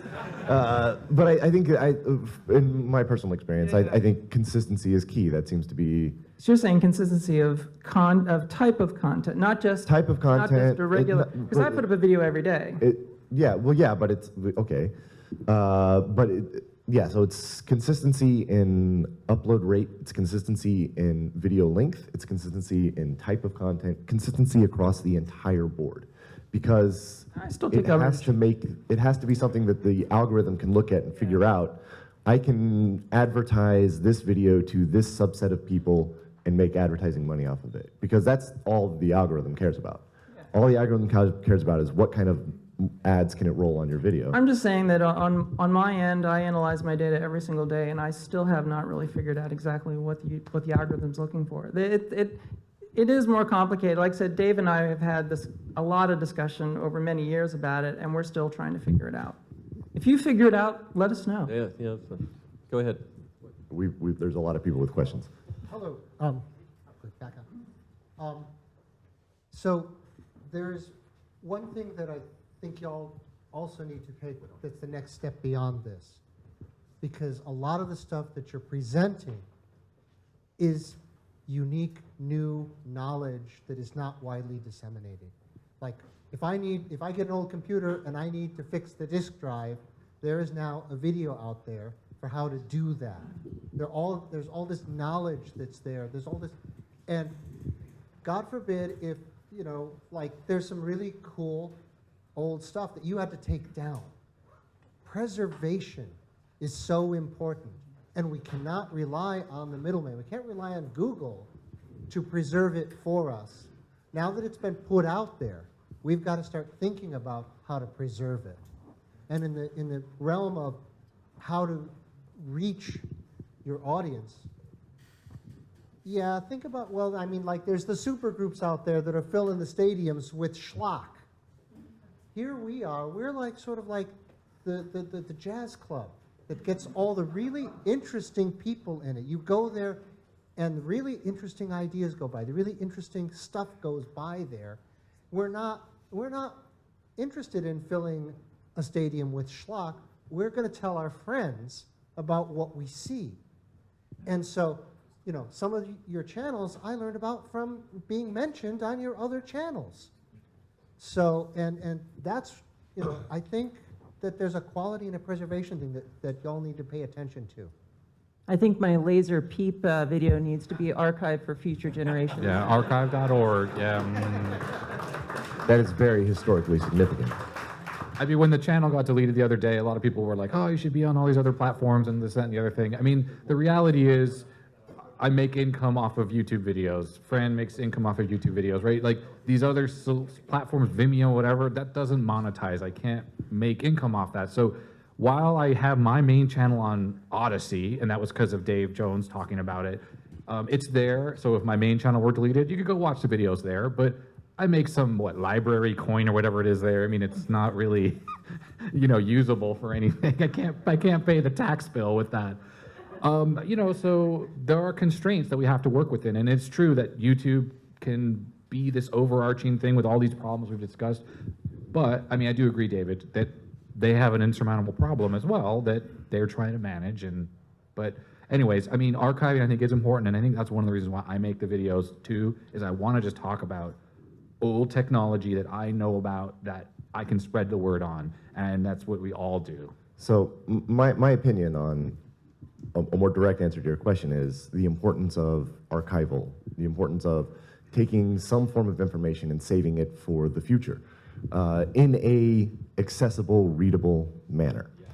So in the 1980s, there was a company called Centurion that had accounting data on a hard drive called the Hawk drive. This is very important data to somebody. It needed to be archived. Less than 40 years from then, it took a team of like 15 people around the world, one of which was a tech who used to work on these drives back in that day, to bring that drive back up and get that data off of it. So 40 years from now, we have absolutely no idea what data storage is going to look like. Except the one thing that I do know is that you can go into any library in the world and pick up a book that is 100 years old, and the data is still readable. It may be in an esoteric language that, you know, the prose is difficult to wrap your head around, but the data is stored as it was. So anybody that talks to me that says, what's the best way to back something up for the future, I say print it. Print it, write it down, do something like that, because that's the best way to read it. As a matter of fact, I have a punch tape for a computer that I recently got, a Linton mini computer. Punch tape is a much more stable form of data storage than magnetic media.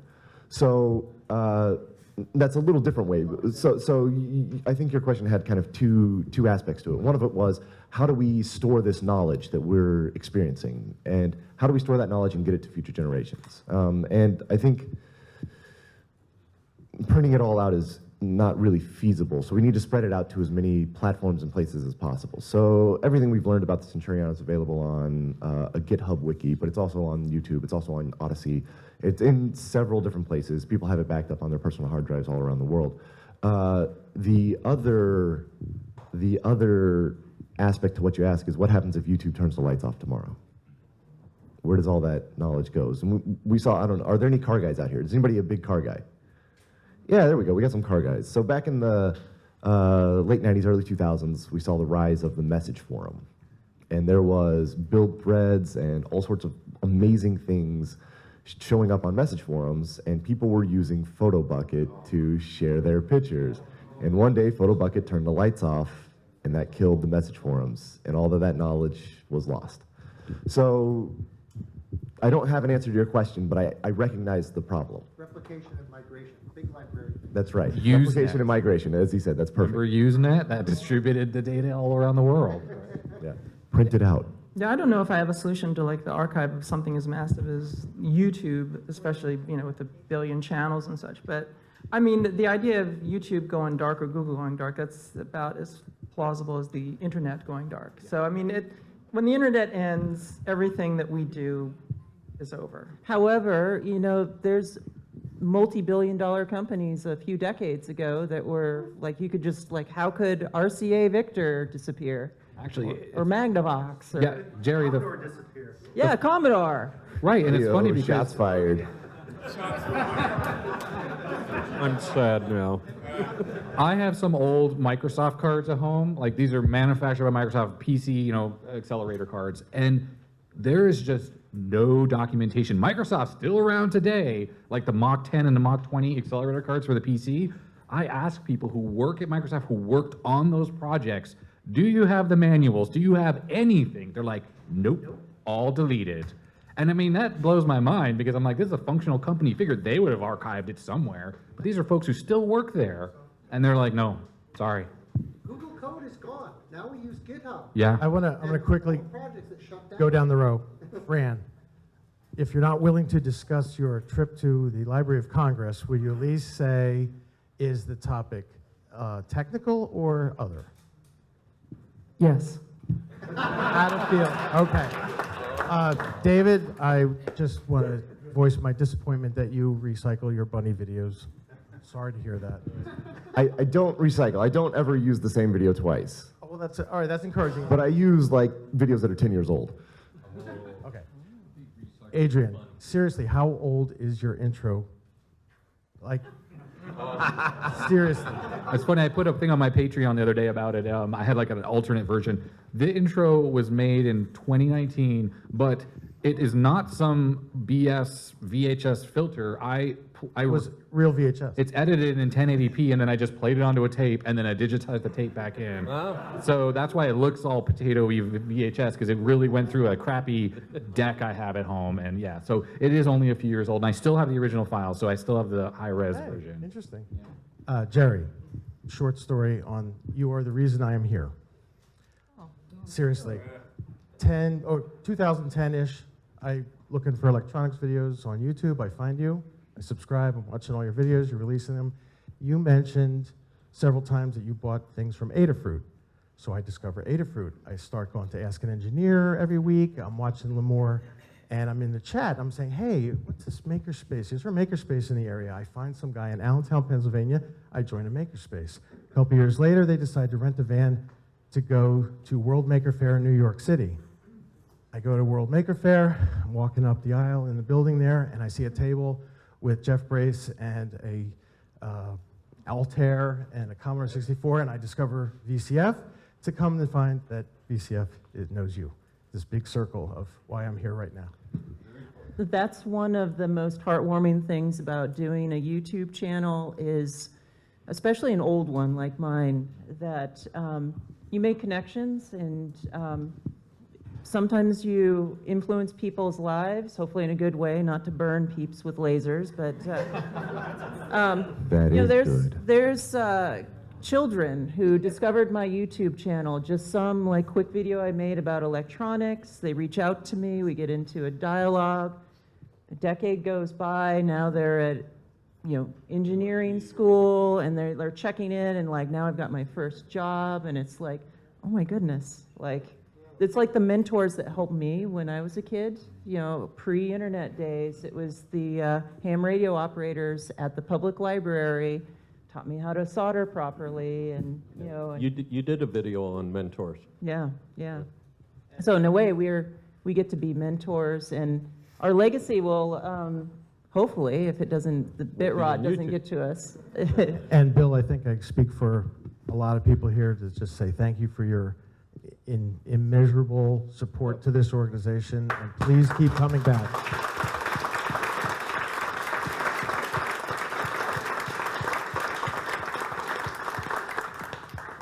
Hello, how's everybody doing? Yeah, so actually I have one comment. I think when you were talking about the YouTube algorithm and it being very confusing, right? You can't figure out the input to get the output, which is users or viewers, right? But I think that's the wrong output. I think the output of the algorithm is money. What is the input that outputs money, which is why you get those hundreds of channels that have like, the name is just a UUID, and it's filled with videos of some guy sitting on the beach eating a sandwich, and it's got 10 million views for no reason, and it's like, oh, okay, this is weird, but it's producing money. I think that's why it's very hard to figure out what to put into it to get out viewers, which is a much more like useful thing for a group of people who want to disseminate information as opposed to just cash, right? My actual question was a little bit off the topic you were covering. There seems to be a split in the industry of like a lot of the industry going to basically purposefully unrepairable technology, current technology, iPads, things like that. And then like the framework laptop, which is very explicitly repairable and sourceable. Do you think that there's going to be a swath of technology in like 40 years that is literally going to never show up in a YouTube video because you're like, I can't repair this because the sound chip is cryptographically signed to the CPU, and that's that. Oh, yeah. In the garbage it goes. And like, what do you think is going to happen with that? I mean, I'll go first here. Is like everything I do requires schematics, and I mean not everything. You can reverse engineer. This is what David did with his Centurion, but it's so much harder to do when everything is like microelectronic size. It's of course a million times harder because you can't just be using your multimeter and toning out the whole board. And I look at channels like Louis Rossmann, and you know when he was fixing the Macs all the time on streams, he had leaked schematics. That's enabled him. But really what stymied him, of course, now is all the cryptographic locking down Apple does. And they all do it. I'm not pointing out Apple only. But I worry about the future. I mean, luckily, I'm not interested in repairing my modern laptop. It's gonna break and I'm just gonna like e-waste it and get another one. I mean, it's sad to say that, but it's just not designed to be repaired right now. And even the framework, yeah, you can swap the motherboard out, but they're not telling you how to like fix that motherboard at a chip level. So I think it's a Band-Aid little solution to the actual problem. I did a video about this where I basically posted the idea that it's the wrong question. Whether the right to own, it should be, you know, rather than the right to repair, it's really, do you have the right to own it? If you own something, you have the right to repair it intrinsically. But the thing is that what you're talking about, especially with like software and hardware, do you really ever own that thing? You know, or are you just basically buying the right to use a piece of hardware? You know, and that's really what it comes down to as far as like repairability. So the change in philosophy really has gone from the idea that, you know, that like you could buy a piece of software. Like I still run AutoCAD 2000 because I bought it, but you can't buy AutoCAD now. Everything is licensed, and you basically just rent a service. And so when those kind of service type arrangements go into hardware, well then you're not really buying a piece of hardware, you're basically just leasing it. You pay the money to lease the hardware, and when the manufacturer decides that the hardware should no longer be used, they just turn it off and brick it. And so I think it really should be a strive to have the right to own something, and that's a totally different kind of list of requirements, I think. I'm a little bit more optimistic, you know. I'm a lot more optimistic.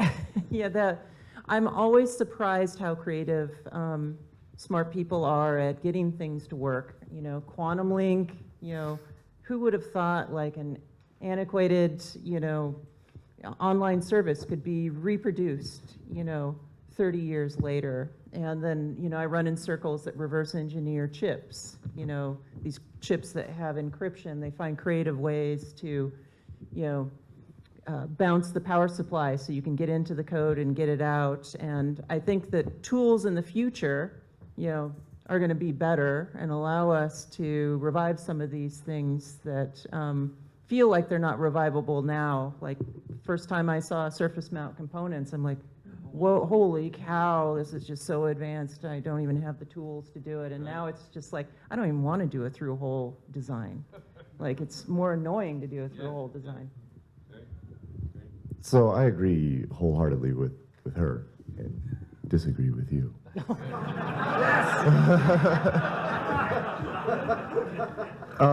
I think the best example of this is Sam Zaloof.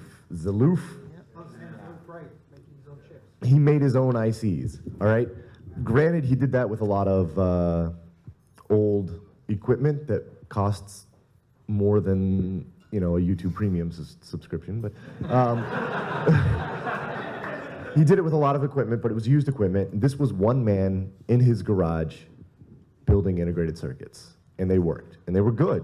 And like, he made his production, like, he quadrupled the amount of transistors he got in between revisions that he did.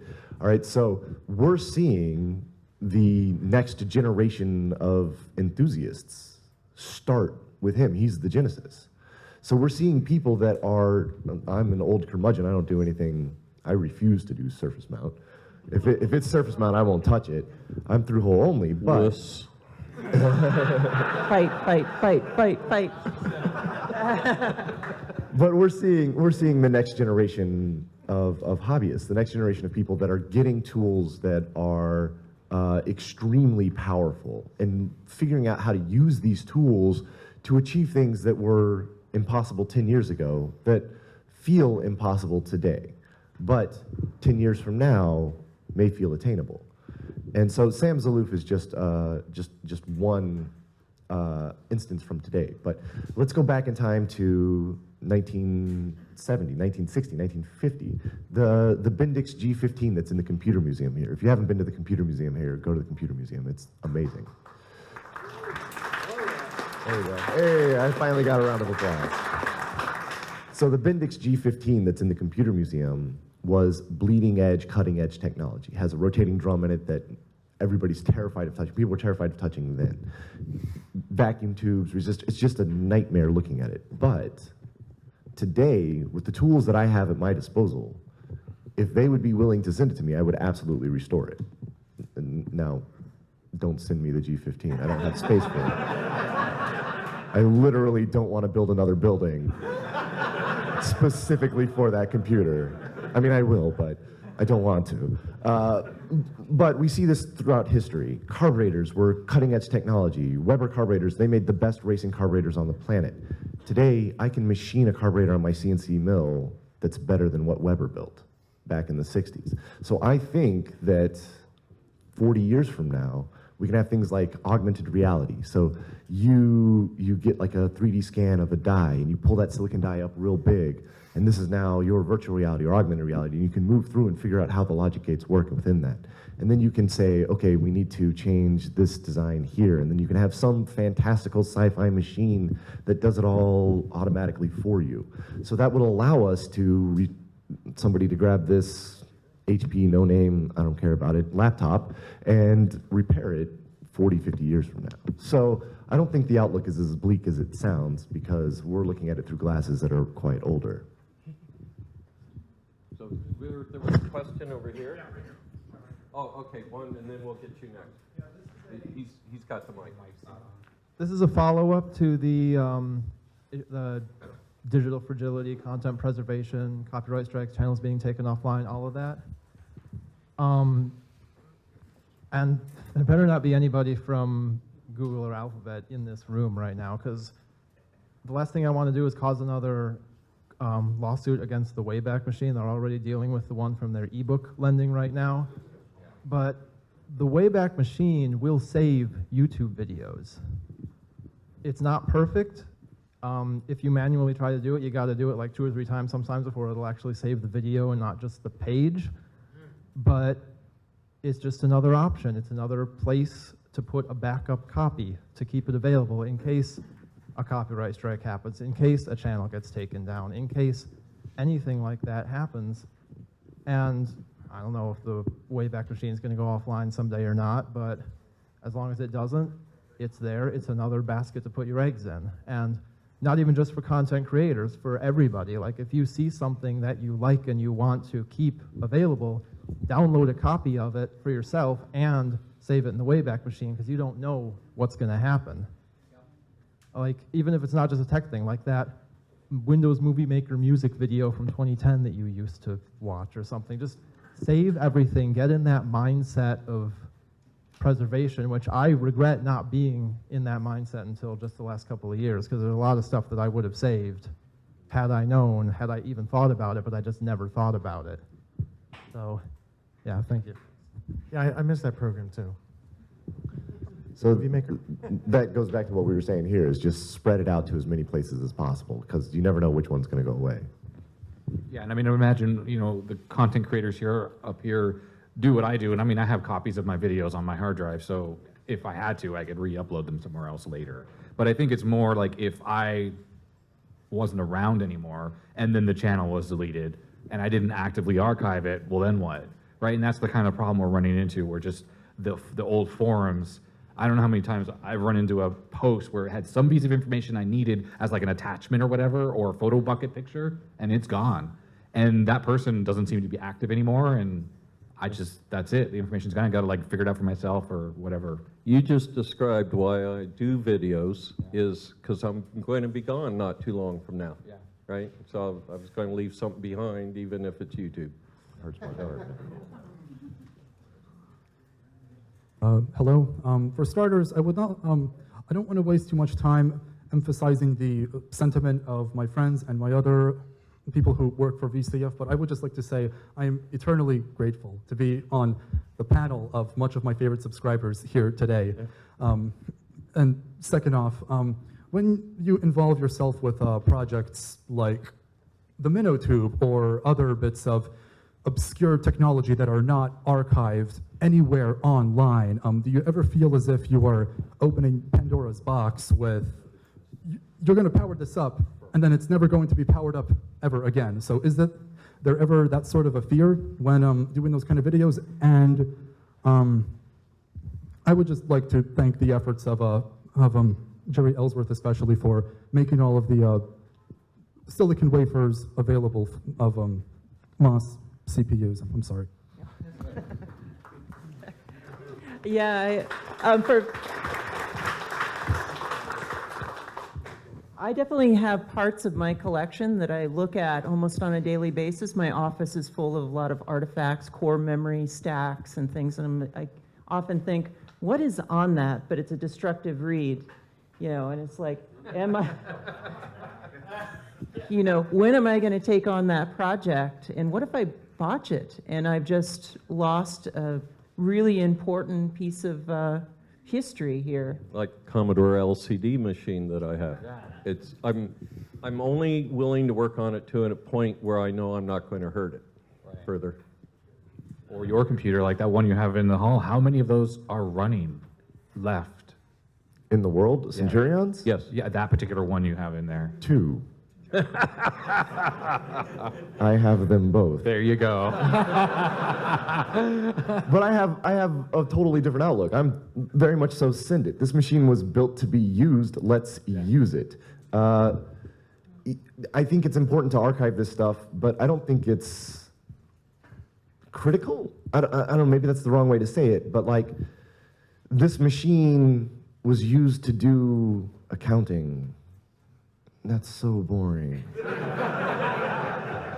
Someone put hard work into making that machine though, right? Yeah, but also, at some point in time, while I'm sitting here fascinated by this machine, oh my God, this is so amazing, I have to remember that at some point in this machine's life, somebody was hunched over that terminal going, God, I hate this fucking machine, right? So, there's always that point. This machine was built to be a business machine. It was meant to do one job and do it well, and that job was obscenely boring. So there isn't necessarily this massive impetus to archive everything. I'm archiving it because I think the hardware is fascinating, and I think the way that the software was built was fascinating. And archiving the operating system was absolutely important, and I believe critical to the history of computing. Archiving the general ledger CPA program I couldn't care about. It is awful. But there's a lot to learn there, and I think that's what the importance of archiving this stuff is teaching me and anybody who may also watch what it was like to build stuff for this machine back in the day. And if it just sits on the desk and never gets turned on for fear of potentially hurting it or destroying the data that's on it, then its purpose of teaching us how things was done is lost. So in order to achieve that purpose, plug it in, throw some electrons at it, and send it, man. Let's see that smoke. Yeah, I'm all for that. I'm all for that. Send it. Full send. There we go. So your computer could use some sprites, it sounds like. I find it kind of humbling, some of the stuff that I work on, that, you know, a lot of these people aren't around anymore. And I just reflect back on my career. I've been an engineer for much of my career, and I've worked on so many projects. It's just a chip that sits in a thing, and no one's really going to know about it. And it almost feels like I'm kind of looking back into history of, you know, this engineer that might be long gone, you know, what they were thinking and the trade-offs they had to make a performant machine back in the olden days. That reset circuit bill. Speaking of trade-offs, anyways. Go ahead. Yeah, so I have a question, mostly for Jeri, but for the others as well. Earlier you were talking about the sort of tension between what you thought was your most interesting video and what the viewers thought were your most interesting video and so forth. You know, do you have the recipe? You know, did you know that the thing with the guitar neck and the C64 would put you on the map, or was that just another video that happened to do well? Do you have the recipe for that? Does anybody have the recipe for that? I don't. I have no recipe. I just wanted to put a guitar neck on a Commodore 64 and run it through the original SID sound chip. It was just an inspiration I had. I didn't know that people would be inspired by it. I've discovered that if I go, this video is gonna kill it, that's the video that flops. And I only make videos because I think it's interesting for myself, so the reality is if it does well, woo, awesome. Otherwise, oh well. I just do what interests me. Yeah, I right. figure if I have fun with it, maybe other people have fun watching me have fun with it. Yeah. I mean, There was a brief time when I thought, well, you know, YouTube's being monetized, advertisers are coming to me, you know, asking me to do some like sponsored videos, and that lasted all of like a couple months. Like, it's like, oh, this is for the birds. Like, I could go get an engineering job and make way more money. It's a lot easier. It's a rough road. So kudos to folks like Fran that, you know, can make a living doing it. Barely. I don't recommend it. You don't no, if you're thinking of starting a YouTube channel, don't. Right, I mean, Fran, have you met young people today and they're like, what do you want to do? And you go to, I want to be a YouTuber. Yeah, right? no, It's like, the only winning move is not to play. It's the oldest. Okay. If you work really hard, you too can afford a YouTube Premium subscription. Takes about 5 years, and then you're good. Go ahead.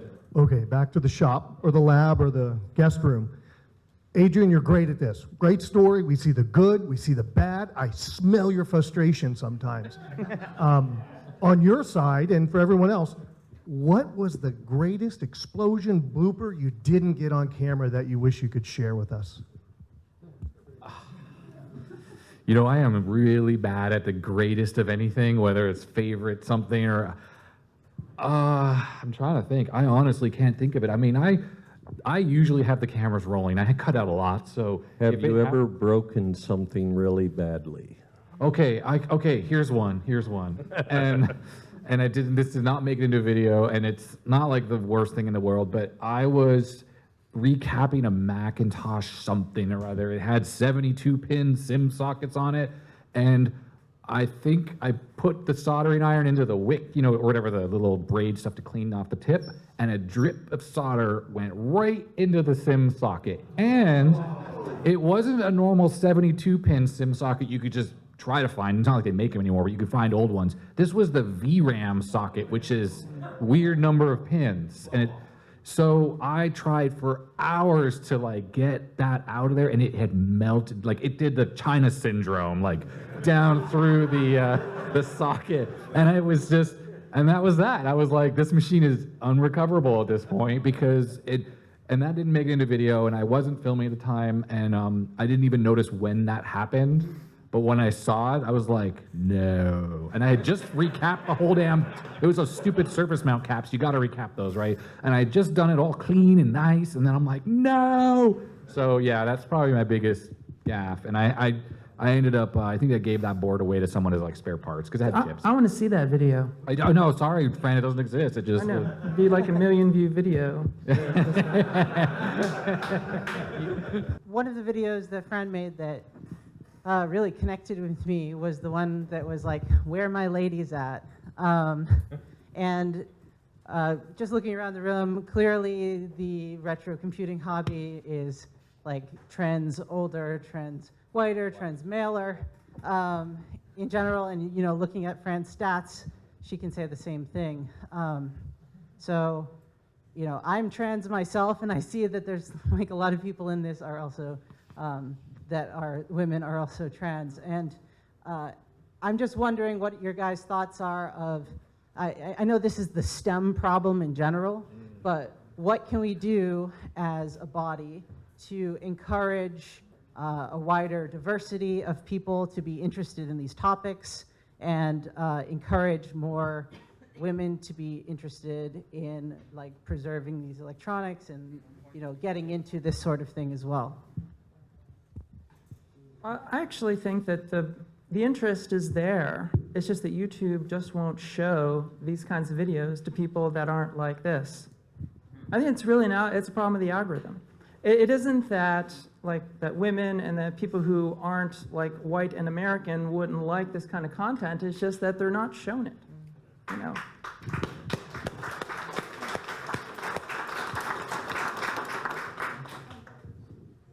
Any follow-up? I mean, I look. Mic drop on that. Yeah, the age-old problem is like women in tech, right? You know, the day job I have, I work in the tech industry is outside of YouTube, and it's the same problem, right? And I happen to work for a great boss who really encourages the women in our department to raise them up, and but when I went to University for Computer Sciences years ago in the 90s, and I looked around my classroom, and it looked like this. And I grew up in Southern California. This is where I was going to school, where it's super multicultural. I went to a state school, so it wasn't, some private school, and yet it was the same problem. But Fran's right. Like, it's this day and age, people I think feel a bit more empowered, and it's amazing to see a different representation once in a while on YouTube, because I think someone can watch and go, wow, well, I could do that too, and I could be interested in tech and be a smart person.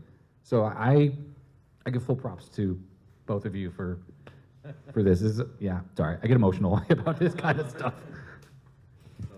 Thank you for your question. Go ahead. Hi, I have another question dedicated specifically to Fran. Love your shirt. Oh my God, thank you. I saw it live in Philly a while ago. Now, I sometimes look at your channel, I see that you have these like vintage 16mm films of just documentaries and stuff. What is your process of, number one, preserving those films, and number two, what about them speaks to you? So I've been collecting film since my 20s, so it's been a long time. And for me, it's just pure nostalgia.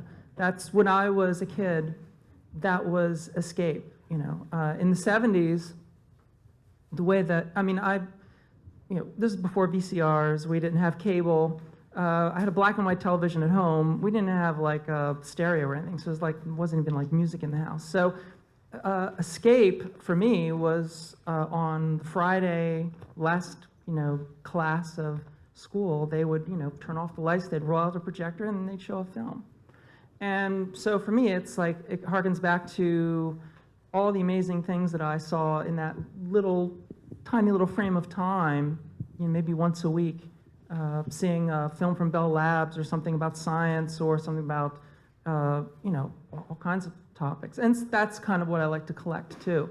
As far as preserving them, it's almost impossible. The film stocks from the 40s, 50s, 60s, 70s, it just disintegrates. Try to keep it cool, but it just rots in the can. And so I'm at the point now where I'm just trying to archive them, transfer them into digital, do as much color correction as I can, get them up on the channel just so that people can see them, copyright strikes aside, which are as many. And it's like trying to squeeze out one last little joy on the way to the dumpster.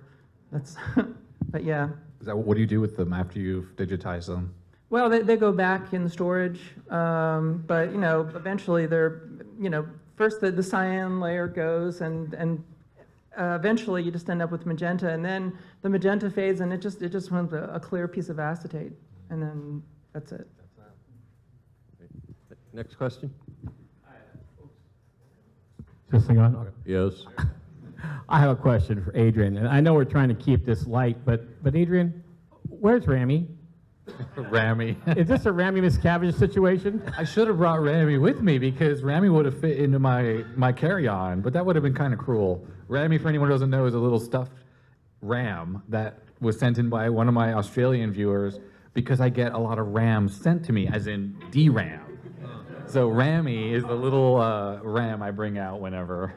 Bill has a quizzical look on his face. It would not have been cruel to have a stuffed animal in your bag. I suppose. I think some of my viewers impart like physical, real. What's the right word where you give anthropomorphize? Yes, thank you, to a stuffed animal. All right. Yep. Have you refreshed Randy recently? Refresh the. Are we on? Another shirt. Yeah, how about that? I wanted to go back to that question that you asked earlier. I'm an instructor at George Mason University, and I teach the electronics for bioengineers. I can assure you that there is a large swath of both female, of many different nationalities, as well as actually I think females overrepresent the males in there, and so this idea that this is going to be a more enclosed society like we have here, no. It's changing, and we're seeing a lot more of this. You probably won't see it for another generation or two, but it's happening. These things are highly desirable with a lot of people. Thank you. Good to hear. Thank you.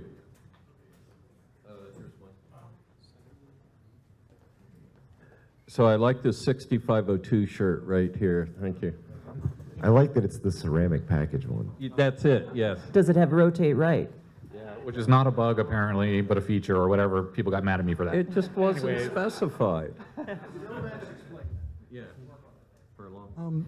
So Jeri, if you could please talk about what were some of the hurdles of both the lithographic and logical implementation of your project involved with the Commodore TV, because we all know implementing logic is in every way a black magic.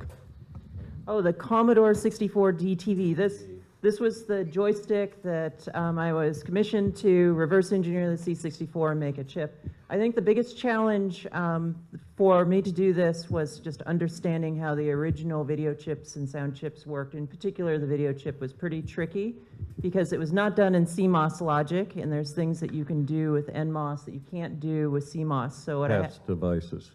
PAS devices, tri-state buses, things like that. So I had to basically emulate that with a lot more circuitry when I made that chip. So, even though it looked like a C64 on a chip, it had way more circuitry to make that happen. It was a fun project, a dream project. Right.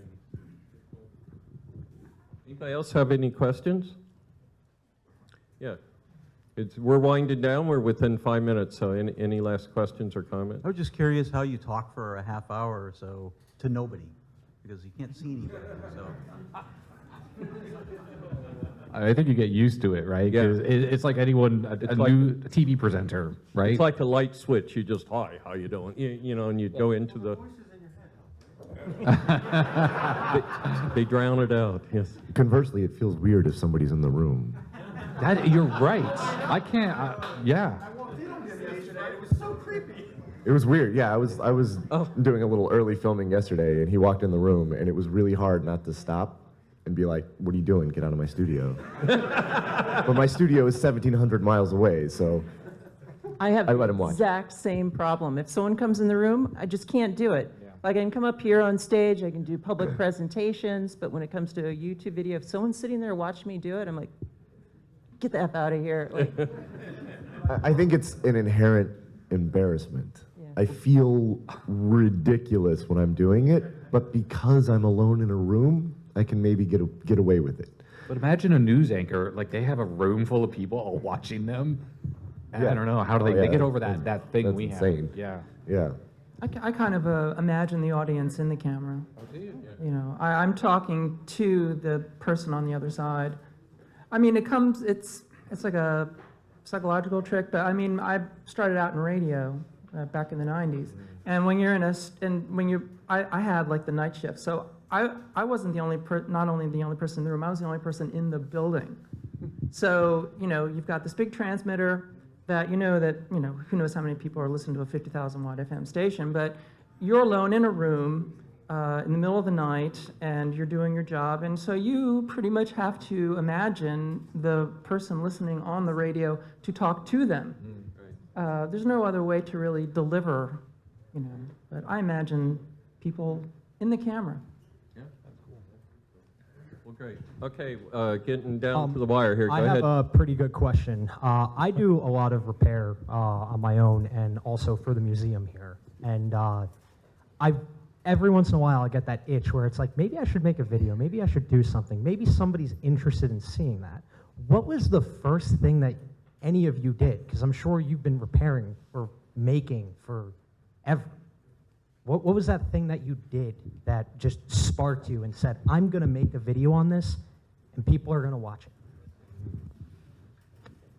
I mean, look, for me, honestly, it was watching channels like Fran and Dave Jones, EV blog back in the day that made me think like, okay, this is awesome. And like, maybe people will want to watch. But my first video was like, I bought this old Micron PC, some Windows 95 thing from Craigslist in Portland. And I made a terrible video about it. It's like cringeworthy.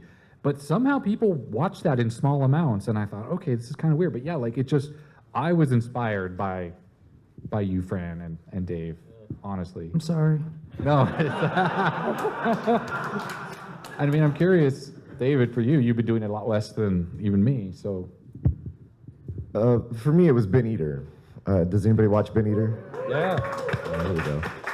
Ben Eater is fantastic, but he presents material in such a way that it's very easy to digest. And I watched his stuff and I went, I could maybe do that.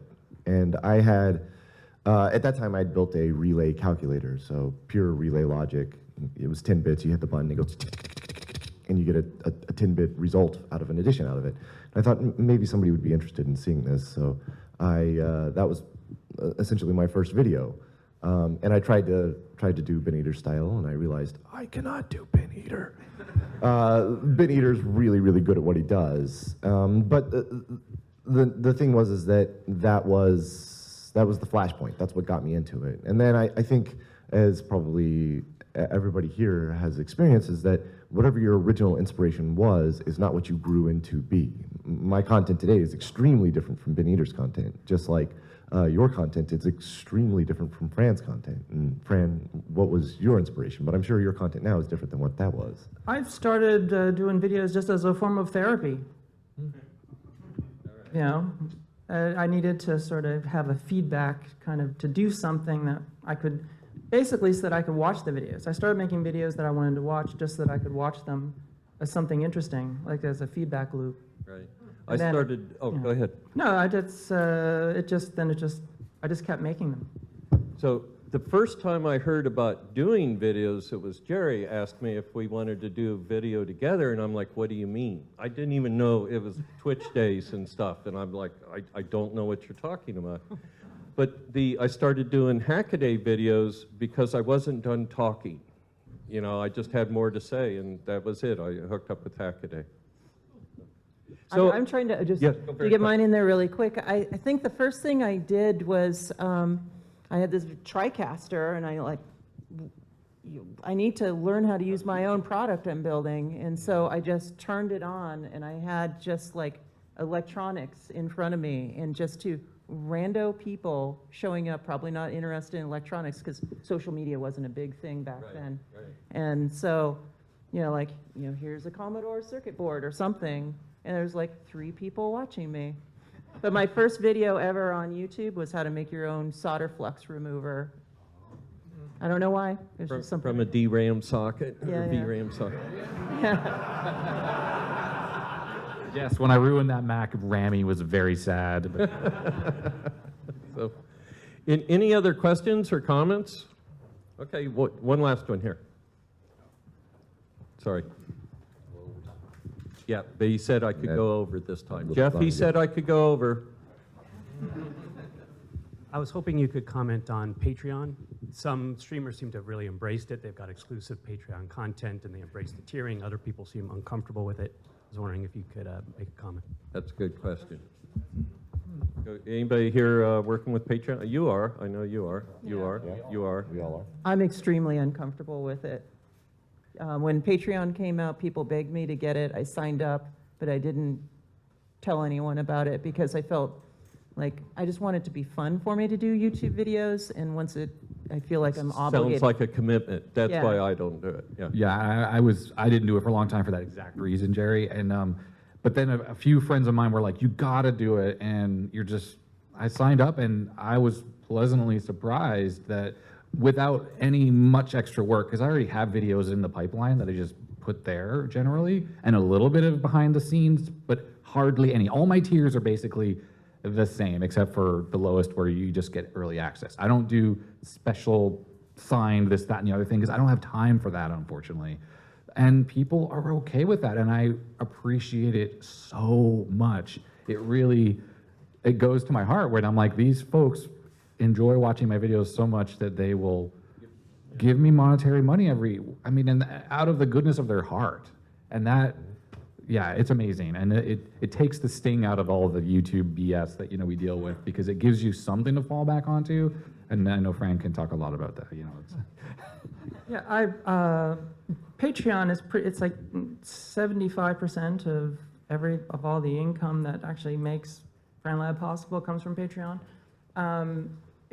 It's one of my full-time jobs is managing the people on Patreon. I have a very unusual, I should say I've come to understand that I have a very unusual approach to Patreon because I'm very involved in it. I interact with every single patron personally. I thank every single patron who comes on personally, and if they make a change or they upgrade or whatever, I thank them for that. Because I really work for the patrons. They're literally paying for what I do. They're paying the bills. So I owe them a lot, and I put a lot of time into it. But it is a full-time job. I answer all the questions people put to me there, and they do get some exclusive stuff and whatnot. But I make it so that it's important to me, and it's also important to my patrons that the channel not be like secondary to it. That I don't make it that like, oh, you got to be a patron if you want to watch what I do. Everything is on the channel for free. And the patrons make that possible. So I kind of look at the patrons as allies in the same mission. They want to see me do what I do. That's the only reason that they're putting their own money in it. And so I owe it to them to make the content. So I see it as that kind of relationship. But it is a lot of work. And when you get the number of patrons that I have, it is a full-time job in itself, just managing that. But it's a necessary thing. It's how the gears turn.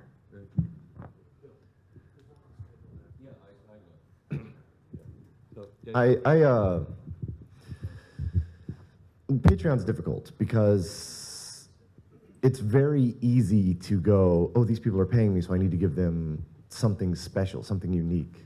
And then you end up in a situation where you paywall knowledge. And paywalling knowledge is like the antithesis of what we're doing, of why we got into what we do. So making the mental leap between I need to paywall something to give these people that are supporting me something in return, to these people are supporting me because they like what I was doing before Patreon was a thing. I don't know, I'm going to say you, but that's incorrect. Personally, I had to make that change in my brain. These people are supporting me because they saw what I was doing, that I wasn't paywalling knowledge, that I was putting the experiences that I had out there. And this is their way of saying thank you, and it enables me to continue doing that. And for that, I am eternally grateful. But also, I'm not going to paywall anything. So on my Patreon, they do get early access if I can get it done in time. There's been times where I'm like, you get early access for 3 hours. Because that was when I uploaded it. So they do get early access, and once a week, well, not this week, but once a week I do a kind of behind the scenes post that's just a text-based post with pictures about what I'm doing. But I'm not paywalling anything with that, because inevitably what's in that post ends up in a video in some form or some manner in the future. So it's mostly just like this is, somebody's way of saying thank you to me, and oh my God, wow. I don't know how to respond to that, but thank you so much. But also, it's a way to open a dialogue with people that are really into the content, and we can talk to each other. Patreon's messaging service is atrocious, but you can hear, yeah, it's bad. But Patreon's messaging service opens up the door to say, hey, here's my email, shoot me an email. And then I started a dialogue with this person that way. Now, that's not to say that if somebody wanted to get my email, they couldn't get it. They could just ask me for it through Discord or one of the other ways to get in touch with me. So it's a really delicate balance of what do I paywall, what do I not paywall. And I will never paywall knowledge. And from a personal standpoint, I'll never say, smash that subscribe button, hit like. Hit that bell.